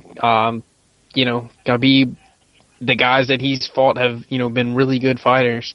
And the guys that he's beat really great fighters. So in turn, I think he could beat those great fighters that those really good fighters have beaten. So, he's impressed me every step of the way, up into this last fight. We saw, his last fight, he used his sambo and his wrestling, just to dominate Abel Trujillo. And this last fight, man, he was able to bring it to Bam Bam, standing. He was able to, get in on him, land those uppercuts, those really awkward uppercuts that he throws. And, they were landing and stunning Bam Bam. So I think he's just evolving. He's getting better. He trains with who does he train with? He trains at, I believe he trains at AMA Fight Club with the Miller brothers, which is a very good team to train with. Yeah, he's around a lot of good fighters. And, just seeing him evolve, into a complete fighter. I think with this last fight, he showed that if, at some point he does run into a brick wall, he runs into a brick wall at 155, he could drop down to 145 easily and continue dominance. So, just nothing but praise for the man. It sucks, Team Darkside, Bam Bam, he lost, but, you can't win them all. Yep, you cannot win them all. That's for sure. Speaking of that, we also had a pretty big upset on the main card. Almost had an even bigger one in the main event, but here we had Francis Carmont and Costa Philippou. Most people thought Philippou wins this, but actually Francis did a really great job at just sort of neutralizing his game. Sort of like I said before, beating Costa Philippou via unanimous decision, 30-27, 30-27, 30-26, and this definitely puts Francis in the top 10 of the middleweights. As far as who he takes on next, I think, I don't think he's earned a shot against a guy like a Vitor or a Jacare. But, you just had Bisping pulled out from that fight. He'll probably be looking for an opponent soon. Maybe Bisping, maybe Rockhold, coming off a loss to Belfort, though. I know they don't like to make guys who just won against guys who just lost. But yeah, what about Carmont versus Bisping, one of the most popular UK fighters versus one of the most popular French fighters. It can be like World War, whatever the fuck was the war when the English and the French fought. It'll be like that. Put it in Europe. It'll be good shit. The first UFC card in Paris, even though those beignet eating sons of bitches probably aren't even that big into mixed martial arts. But enough about this random thing about France versus the United Kingdom. What did you guys think about Carmont defeating Philippou, and what do you think is next on Francis Carmont's plate? Well, this fight surprised me big time, and I do think that Costa Philippou should have beaten him. A big mistake Costa made was leaving the Ray Longo gym and switching to Belmore Kickboxing Academy. Belmore Kickboxing Academy, it's a cool place here on Long Island, but it's not a place that you want to go if you want to become a champion fighter, in my opinion.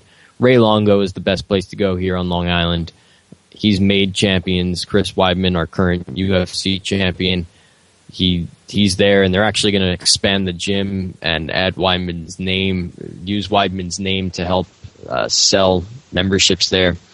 But I think Costa, if he had trained with Chris for this fight, his wrestling skill would still be good. I think his takedown defense would have been prepared for that, and I think he would have won that fight. I think he would have knocked him out. That being said, you can't take anything away from Francis Carmont. Francis Carmont, even though before this fight he had two questionable decisions that I thought he lost both of them, pretty much 30-27, he came into this fight with a good game plan. He executed it very well. He looked very good. The fight was a snoozer. It was boring, but he did what he had to do to win. As far as his next fight goes, Lyoto Machida had a date with Tim Kennedy sometime in the first week in November. He can't make that date because he has to fill in Bisping's date, so I think Francis Carmont has an opportunity now to headline a card and to get his name out there. And it's also an opportunity for the UFC to put more focus on Tim Kennedy, and for Fox, specifically Fox Sports 1, to highlight Tim Kennedy on that Fight for the Troops card. And I think Kennedy would win that fight, and it would be a good way to build up either one of those guys if they win that fight and move them closer to a potential title contention bout. Officer A? Yeah, I don't know. I was just utterly disgusted at Francis Carmont. Like, once he got the takedowns, it's almost like he was playing like he was GSP and patty caking Philippou. Wasn't trying to do any real damage. He was, looking around at the cameras and at the clock, and he was, yelling and panting, like trying to make, like, I don't know what fucking war sounds he was trying to make, sound like an Indian or some shit, but he was coming off more like a gay porn star. So I was not impressed. Like Ross said, he lost his last two fights, let's be honest. And this fight, even though he won and, he maintained top position, he didn't really do anything with it, and it was boring as fuck. And I hope Philippou comes back and at some point gets a rematch and gets to destroy him. Yeah, I think this is one of the fights. If they fight 10 times, it's very close. It's 6-4 to one guy or 5-5. This is not one of those matchups where one guy would beat the other guy nine times out of 10. Even though I think a lot of people thought that about Jones Gustafsson until they actually fought each other. Last fight I want to break down before we hit the stat of the day in the co-main and main event. It's Brendan Schaub defeating Matt Mitrione via technical submission, Darce choke, 4 minutes into the first round. I thought this was a really impressive fight by Schaub. You know, you've definitely got to watch out for the boxing of the meathead Matt Mitrione. Can definitely catch you, but Schaub looked very slick.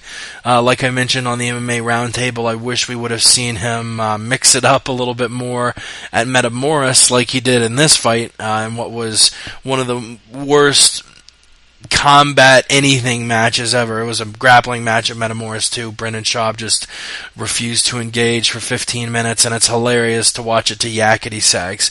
But I think I've mentioned that on like 3 different podcasts now. But what are your thoughts on Schaub over Mitrione? I think this puts Schaub maybe in the top 20. As far as an upcoming fight, I was at first thinking maybe a fight against Miocic, but Miocic just beat Roy Nelson, who I think is higher up in the weight class than Schaub, and I don't think you should be rewarded beating somebody by getting a lesser opponent. So maybe the winner of Gabe Gonzaga and Sean Jordan.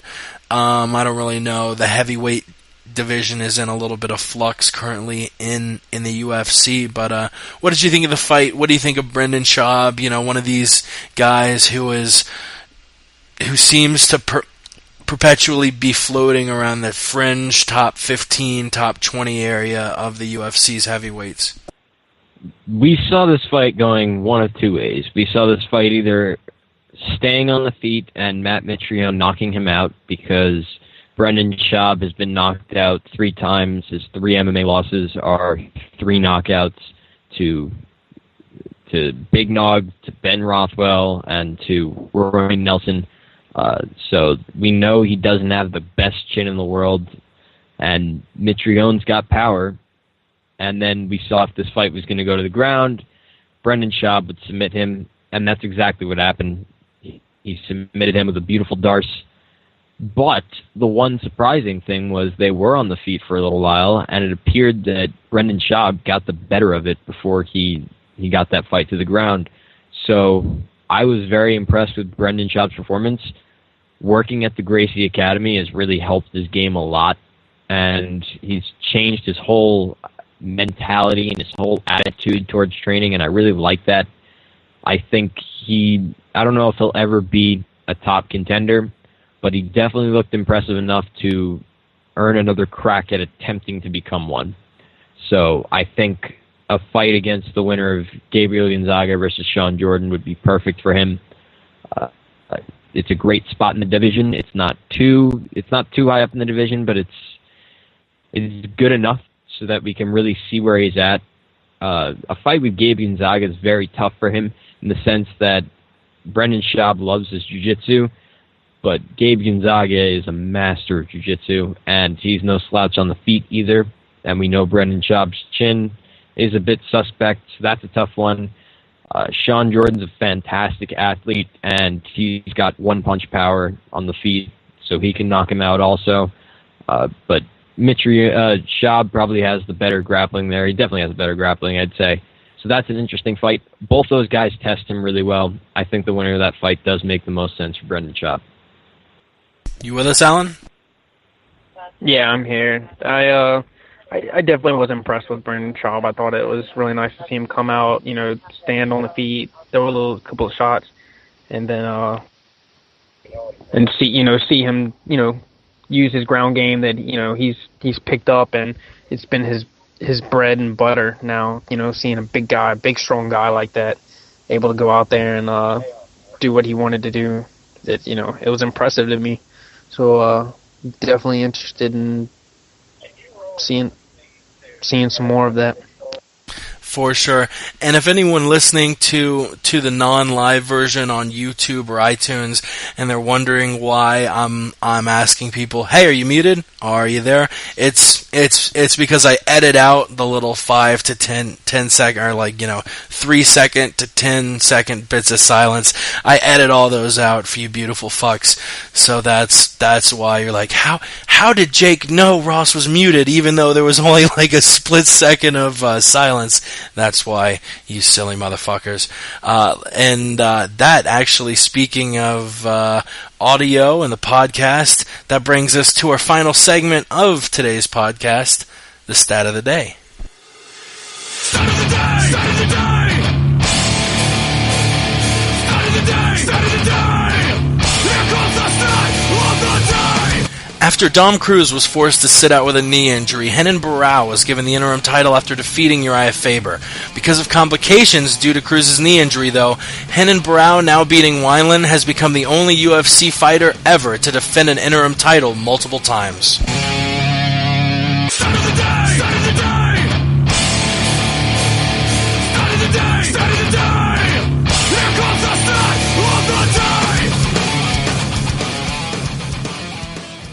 As always, shout out to Jamie Josta, Dan Patrick Show, and Seton O'Connor for that little ditty, the Stat of the Day.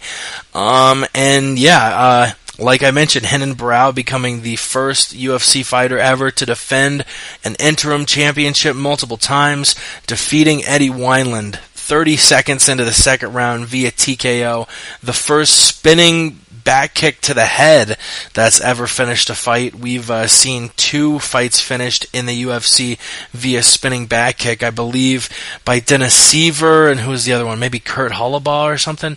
But it was a spinning back kick to the head.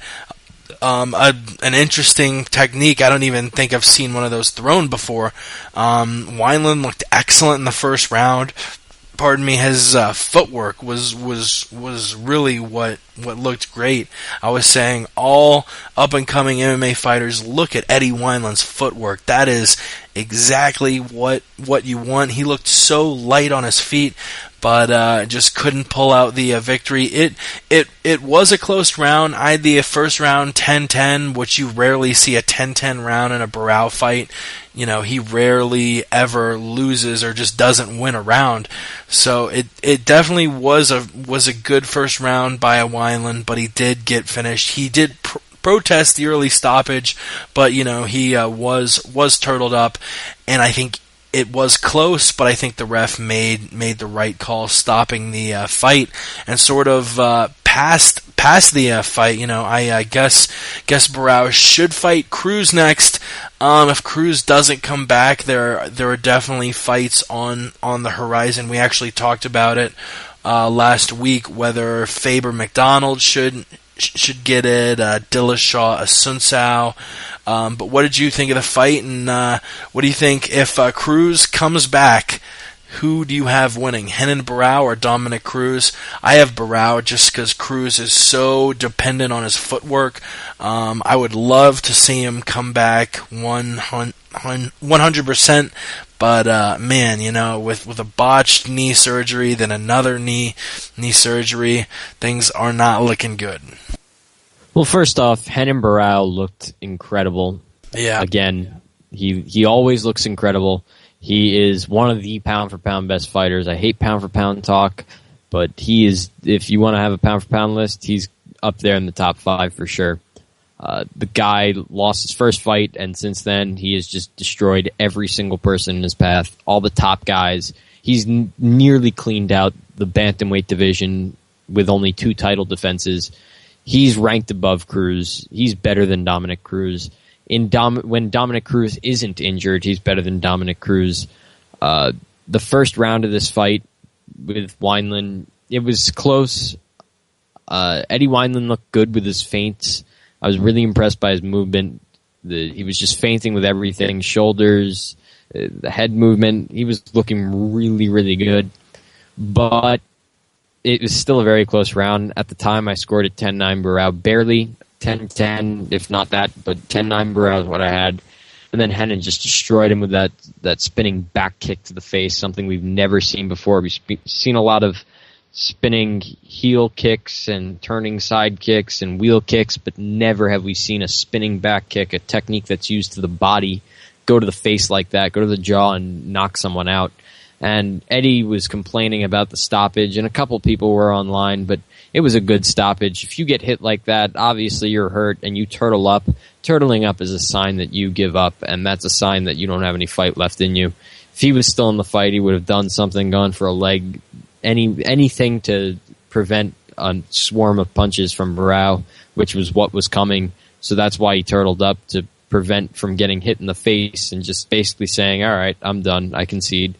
But Renan Barao against Dominic Cruz, he beats Dominic Cruz when Dominic Cruz is healthy 100% without any knee problems whatsoever. I think he beats him for sure when they fight in early 2014. Renan Barao is just an absolute force to be reckoned with. He is so dominant, and there's no one at 135 who's going to beat him. There are some good fighters, but there's no one who's going to beat him. And number one contender who fights him after that, I mean, Rafael Assunção and TJ Dillashaw are both on tears in the division. That's a huge fight going down next week. I advise everyone to check that one out not this Wednesday, but the Wednesday after that. That is a huge, huge fight in the bantamweight division, and I think the winner of that definitely deserves a title shot. Yeah, I agree that it's going to be one of the pivotal moments, like in knockouts. We're going to start seeing people, just like with Anderson Silva and all these other times, people start using that technique, that spinning back kick to the face. They're going to try to land it to the body, like some fighters already do. But yeah, I actually thought Wineland won the first round, but it wasn't because of really what he did. It was because of what Renan Barao didn't do. Renan Barao, I think he was, coming out, taking his time, and he was gonna, as the fight wore on, start going to the legs with the leg kicks like he always does. Like Ross said, I don't think anybody beats Renan Barao. I think Dominic Cruz gets destroyed. by Renan Barao. I don't think Dominic Cruz is going to be the same whenever he comes back. So, yeah, I think Barao beats everyone at 135, obviously everyone at 125, and I think he beats everyone at 145 except for Jose Aldo. And, obviously they aren't going to fight because they're teammates at Nova União. If Aldo moves up, we could definitely see Renan step up to 135, which might open the door for a guy like, Cruz or Faber again. But as far as that match between Dominic Cruz and Renan Barao goes, even a 100% Dominic Cruz, we saw Cruz get in close fights with guys like Faber, and then Faber turn around and just get dominated by Barao. And I think that footwork, I think Barao is so quick. I don't think that's as much an advantage for Cruz as it has been in previous fights. So I have Barao in that one. And that brings us to the main event, the thing I've been looking forward to talking about most this whole podcast. Jon Jones defeating Alexander Gustafsson via unanimous decision, 48-47, 48-47, 49-46, in what was one of the best title fights we've seen in a while. Probably, actually, easily the best light heavyweight title fight we've ever seen. This is the characterization of a dog fight. Both of these guys stepped in and delivered. God, it was so incredible. And just sort of give me your thoughts on the fight. What did you think of it? And also, how did you score it round by round? Me personally, I gave the first round and the third round to Alexander Gustafsson. I gave the second round a 10-10. The fourth round, the first time around, I gave 10-8 Jones. Watched it again, scored it 10-9. Even though, Gustafsson did dominate the first 4 minutes, 20 seconds of the round or so, I think by far the most significant moment was Jones hurting Gus. But honestly, the first time through, I think I got a little bit caught up in the emotion of me being freaked out, Rogan and Goldie screaming, this being a dog fight. Will Jones finish it? I put a lot of weight into that final fury, and I didn't really give Gustafsson enough credit for those first 4 minutes, so I did watch it again. The first time through, I had it 48-47 Jones. After changing that fourth round to 10-9 Jones, that changed my score to 48-48. I could see scoring round 4 10-10, maybe. People who scored it for Gustafsson, I don't agree with at all. I had to block someone on Twitter because they said I was stupid for not scoring the fourth round for Gustafsson. Or I think it was a lot harsher than that. I think he said I was a stupid fuck or something like that. Fucking stupid idiot. And maybe I am, but I'm pretty sure Gustafsson didn't win that fourth round. Jones definitely came away with the fifth. If you were interested, Fight Metric actually scored the fight 49-48, which, is a pretty unusual score. It means there were 2 10-10 rounds. It gave rounds 2 and 3 10-10. It gave round 1 to Gus and rounds 4 and 5 to John Jones. But it's one of these fights that everyone I know scored it differently. It was a war. It was a dog fight. I wish there would have been a rematch, and we'll discuss whether there should have been a rematch or not later. I do want to pass around a few topics on this, but this time around, just give me your thoughts on the fight itself, and how did you score it? Ross? This was my favorite fight ever, and a lot of people, I know Ramsey said the other night that it's ridiculous to call it one of the greatest of all time, but this is one of the greatest fights of all time. It just a technical back and forth war. It was crazy. I loved every minute of it. I thought Gustafsson won the fight. The first time around, I scored the fight 48-47 Gustafsson. I gave Gustafsson the first 3 rounds and John Jones the last 2 rounds. The fourth round, I rewatched the whole fight. I've rewatched it at least 5 or 6 times now. No commentary every single time. And I come up with the same score every time I watch it, and that is 49-47 for Alexander Gustafsson. I scored the fourth round at 10-10. Alexander Gustafsson was on his way to winning that round, and with about 37 seconds left, give or take 1 or 2, he got hit with the spinning elbow, was wobbled, backed up, was put against the cage. Jones landed maybe 1 or 2 more elbows, but Gustafsson had good head movement, circled out, got out of that position. John, while Gustafsson was still hurt, tried to take him down, could not take him down, which shows Gustafsson was still alert, still there, especially with the head movement and the circling out. So he really impressed me there. I thought that showed a lot of tenacity from Alexander Gustafsson. I had to score that round at 10-10 because to me, you can't win 4.5 minutes of a round, lose 30 seconds of it. Sure, 30 pretty one-sided seconds, but still put up a fight in those 30 seconds and lose the round. To me, that was a 10-10 round. If John had landed that a little earlier, he would have taken the round. He would have stolen that round 10-9 for sure, but because he did it in the last 30 seconds when there wasn't enough time left to do anything, and how Gustafsson still managed to stay alive and circle out and have the good head movement and stop the takedown, I call it a 10-10. Fifth round was definitely John Jones. He still had him wobbled. He landed a lot of head kicks, so he definitely won the round with his kicks. First round I gave, obviously, to Gustafsson. Second round I gave to Gustafsson. That one was close, though. Third round I gave to Gustafsson. I thought that was a little more clear for Gustafsson. Very, very, very close fight. Very good fight. There should have been a rematch. I can't wait till we do see this. And I guess we'll talk about that in a little while, and I'll go into my little theory there. But wow, that's all I can say. Wow, wow, wow. I'm just going to come out and say that I had Alexander Gustafsson winning the fight up until the elbow. That means rounds 1, 2, 3, and about, 50 to 30-something seconds, about 40 seconds left. 37 seconds left in the fourth round. John Jones took control of the fight from then on. Therefore, my winner by unanimous decision. I had no doubt in my mind whenever they went to the judges' scorecards that it was going to be Gustafsson. And to hear John Jones, announced as the winner, yes, it was a close fight, but still I was able to see with my own two eyes who the winner of the fight should have been. So, that's all I really have to say on it. I just think John Jones, he didn't know what to do the first couple of rounds. He wasn't able to implement his game plan, control the fight at his pace. Everything was done at Alexander Gustafsson's pace.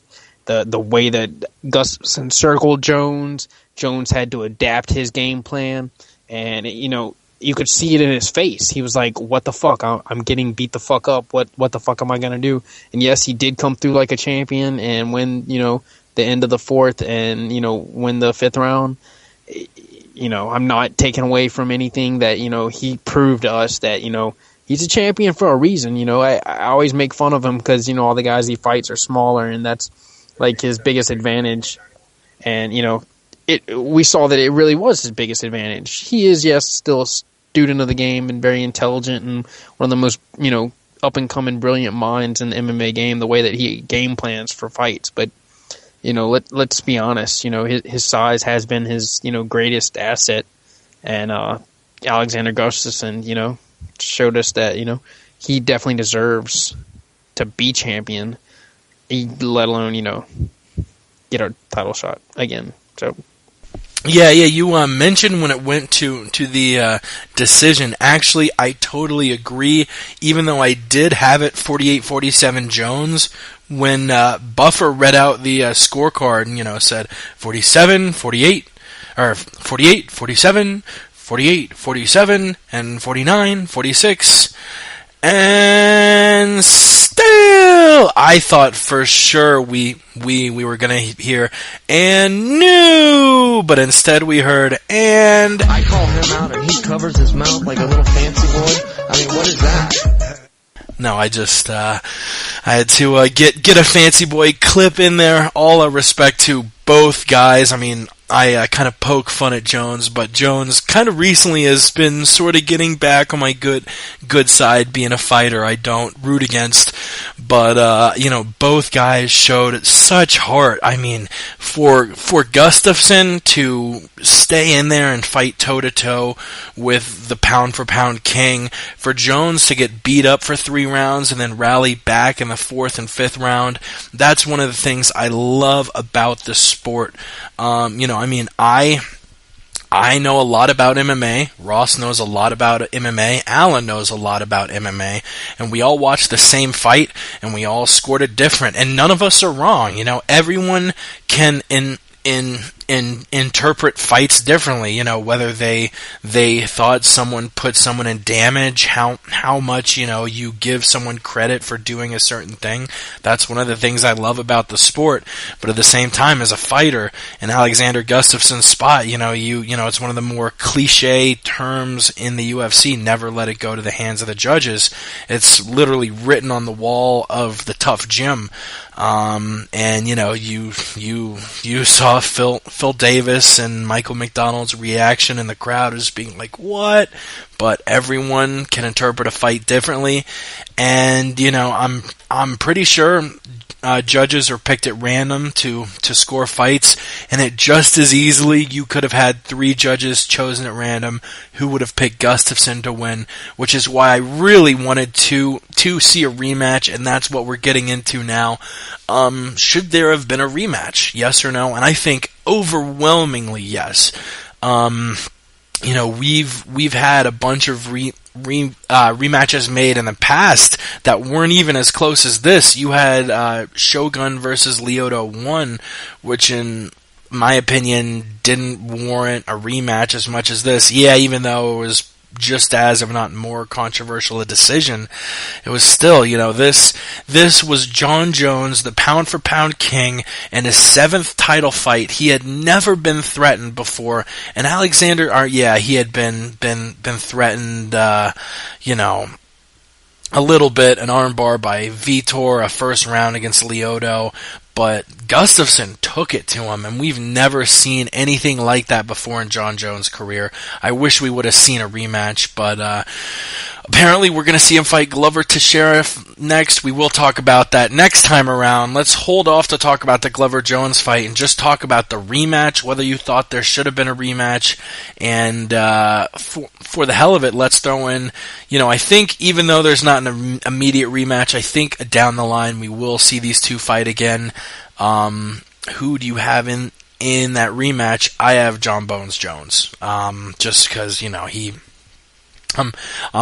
I'm not picking against the guy until he loses, unless he's fighting, Cain Velasquez or Daniel Cormier. But that's beside the point. Should there have been a rematch, and when they do eventually rematch, who you got? Ross Finkelstein, E before the L. Do I think there should have been a rematch? Absolutely. Do I think Glover Teixeira didn't deserve a title shot? He absolutely deserves a title shot. You can't deny the guy won. But money talks, and you want to put on the fight that's going to sell, that the fans want to see the most, and it's going to sell the most pay-per-views. And Jones Gustafsson 2 is the one that's going to sell the pay-per-views. That is the biggest fight in the light heavyweight division right now. It's John Jones' toughest fight, but they're building towards it. They want to bring Alexander Gustafsson to Sweden, and they want to showcase his star power. When that man fights in Sweden, whoever he fights against, whether it's DC, whether it's Little Nog, whether it's Musasi, it doesn't matter who, he's going to be a massive star. He's probably going to win his fight. And Jones, if he wins his fight, they're going to work towards International Fight Week, July 4th weekend. They no longer have Anderson to headline the card, so they will put John Jones and Alexander Gustafsson 2 on that card if possible. And that's a huge fight, and that would be your big fight of 2014 if that's the case. I'm going to go ahead and say that yes. Alexander Gustafsson definitely deserved to have a rematch. He won the belt. He deserved the belt. He beat John Bones Jones. Nobody else has ever done that. He just didn't get the judge's nod. Yes, he deserved a rematch. I see the way Ross has them playing it out, and I think that's the Jew speaking truth. That's the smart way to go. The UFC always tries to play it smart, making money, building names, creating spectacles for the fans. In the end, I think, the money, and they have what's in our best interest as fans, and I think that the second fight, the rematch, is a better fight at a 4th of July fight after they both fought one more time. They've both been able to develop and, add some more facets to their game. So, I don't have any problems with Gustafsson having to wait and giving Glover a shot. It is what it is. We can't change it. We can only hope for Glover to get hurt and Gustafsson to jump back in the line. But, yep, Ross, you're right. Damn, hoping for a UFC fighter to get injured. It's harsh, brother. But speaking of the fight, John Jones and Glover Teixeira, This is a much closer fight in my eyes after seeing Gustafsson put it to John Jones. Glover is a dude. I mean, he proved he had a chin against Bader, and if Gustafsson made John Jones' face look like it did, he better not let Glover hit him too many times, or else he's going to be looking like an alien again. And this time he might look like an alien that doesn't have the championship belt. I think this is dangerous territory for John, especially after getting it put to him on the feet. What do you think are Glover's chances of taking the belt away from John Jones? Glover has a good shot in this fight. Glover is a very, very, very good fighter. He's complete. He's got good takedowns of his own. He's got good takedown defense. He's got near perfect jiu-jitsu. He's got near perfect striking. So and he's got a good chin. So he is the perfect fighter to fight John Jones. The problem that he has, though, what makes him not the perfect fighter, he's got the skills. What makes the problem is his size. He's only 6'2", and he doesn't have an 80-inch reach like Gustafsson. So the question will be, is he going to be able to get on the inside, which I do think he will be able to do. I think he's willing to come forward and eat a shot to give a shot. And if he connects on John's chin, he's got more power than Gustafsson. He could put John to sleep. This is a really tough fight for John. The question I want to know is, can Glover utilize the same style, the same type of game plan that Gustafsson used? Can he stay off the cage? Can he stay out of the clinch when John clinches up? Can he stop the takedown? Because John's takedowns are upper body takedowns. He's a Greco-Roman wrestler. So 99% of his takedowns are going to come from the upper body. Sure, he may do the double legs at times, but they're not as good as his upper body takedowns. And Glover's got good hips, so he'll be able to defend the lower body takedowns to the legs, the double legs and stuff. But the upper body stuff is what worries me in this fight. That's where Glover could lose this fight if they clinch up like that. But Glover has a very good chance of beating John Jones. He's got the style, he's got the power, and he is so aggressive that he could really, really, really pose problems for John Jones. But another thing we have to think about is, how is John going to train? Is he going to come back and, like he said, is he going to be like water and use more versatility and train everything and really just be 150% focused on Glover Teixeira? Because I feel in the Gustafsson fight, although he was focused on Gustafsson, he was talking a lot more about breaking Tito's record and breaking records than he was of beating Alexander Gustafsson. So if his eyes are on fixing that fight against Gustafsson, he's got a whole nother thing coming. And another thing about this fight is, this is dangerous for the UFC monetarily, because if Glover wins, which is a very big possibility, they officially lose John Jones and Alexander Gustafsson too as the money fight in the light heavyweight division. And what we've seen in MMA, there's something we've learned in the past year or two, it's that you need to strike while the iron is hot, because right when you think you have something, you do something else and you lose it. And it's happened to so many guys. It's happened to so many great fights. They don't strike while the iron's hot, and you lose the fight.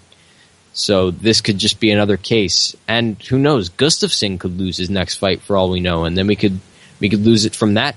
And so it's risky, and Glover has a very good chance of winning this fight. I'm not picking a winner right now. You were going to say something, Jake? No. Go ahead. Yeah. Ross, once again, smartest Jew in the business. He's right. Glover could win and, take over the light heavyweight division as its champion. And let's be honest, Glover doesn't have a crazy popular name. He's somewhat unknown, especially to, fair weather, UFC fans that, just tune in for the shows and don't really follow, with the, ongoings of, how this fighter got signed and what he's been through. They just watch the fights, for the outcome. And, it could be dangerous having Glover win and being your champion. And then what if Gustafsson loses as well? And then it's like, who do you have? Daniel Cormier? Dude's never fought at light heavyweight. So it could put them in a really, really, really dangerous, tricky situation. But we'll just have to see how everything irons out. Part of me wants to say that, Glover's going to get lucky and he's going to fucking knock John Jones out. But I don't know, man. I don't see John Jones getting beat by somebody Glover's stature.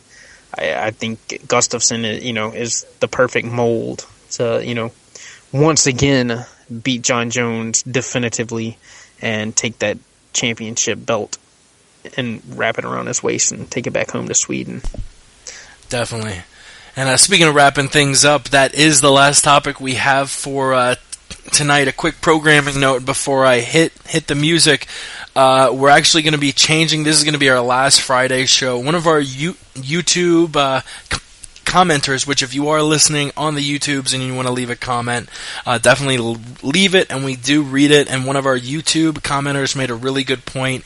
He has said, damn, I wish, we had more time to listen to the fight previews. I was thinking, damn, he makes a really good point. We post these up like midnight Friday night, so by the time people listen to it, they have like 12 hours between when we post it and when the fight starts to listen to the fight previews, and I really do like breaking down these fights.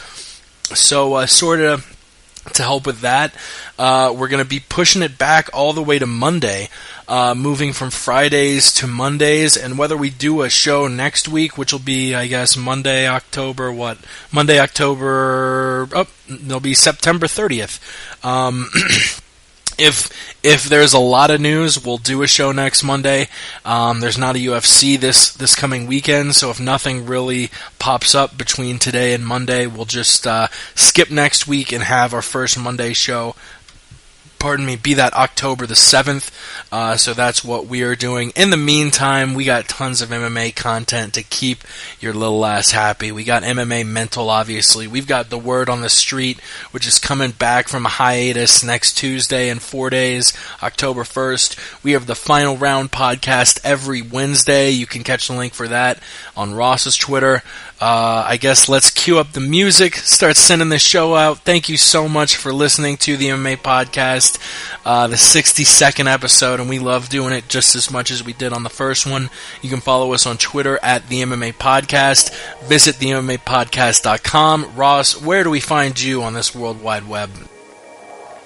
Ladies and gentlemen, I would tell you exactly where you can find me, but I think I have a friend who's back from the bathroom who wants to say a few words.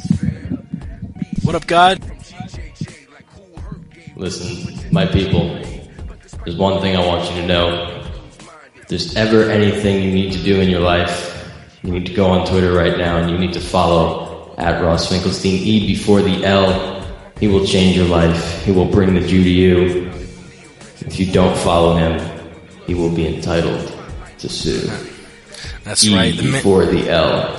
The man's a Photoshop black belt. He's making all sorts of great shit all around the World Wide Webs.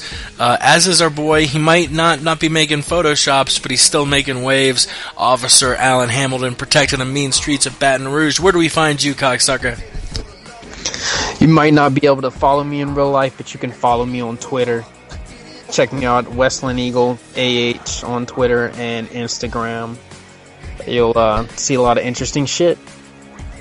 That's right. You might not be able to follow him in real life, but Alan's following you in real life. He's looking you up on the police database. He's following you. He's parked across the street and down the road. He's watching you. The next time you speed, next time you change lanes without signaling, he's writing your ass a ticket for $1 million or some crazy shit. I don't know. I'm really high.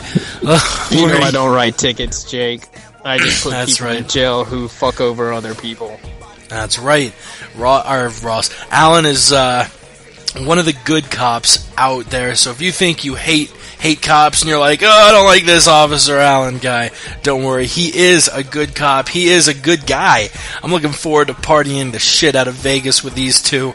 UFC 167, middle of November. That shit's going to be awesome. Thank you so much for tuning in. We love the shit out of doing this. We love the shit out of you for listening and supporting the show.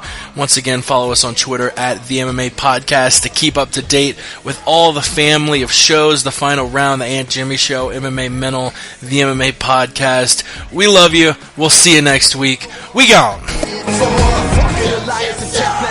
With our science, silencing all these idiots caught up in all their ignorance. Two clans fighting under the same banner. We all got love for this ground game, and that's all that matters. In the balance, the teachings of the grandmaster. I'm trying to master the system, that's what I'm after. And stay true to the craft, to spark trees to relax. Old school lyrical lace in the track. And I'm working the angles, always sharp and precise, man. Back in the day when I was learning to rock in this mic, paying homage to the classic shit. Dialing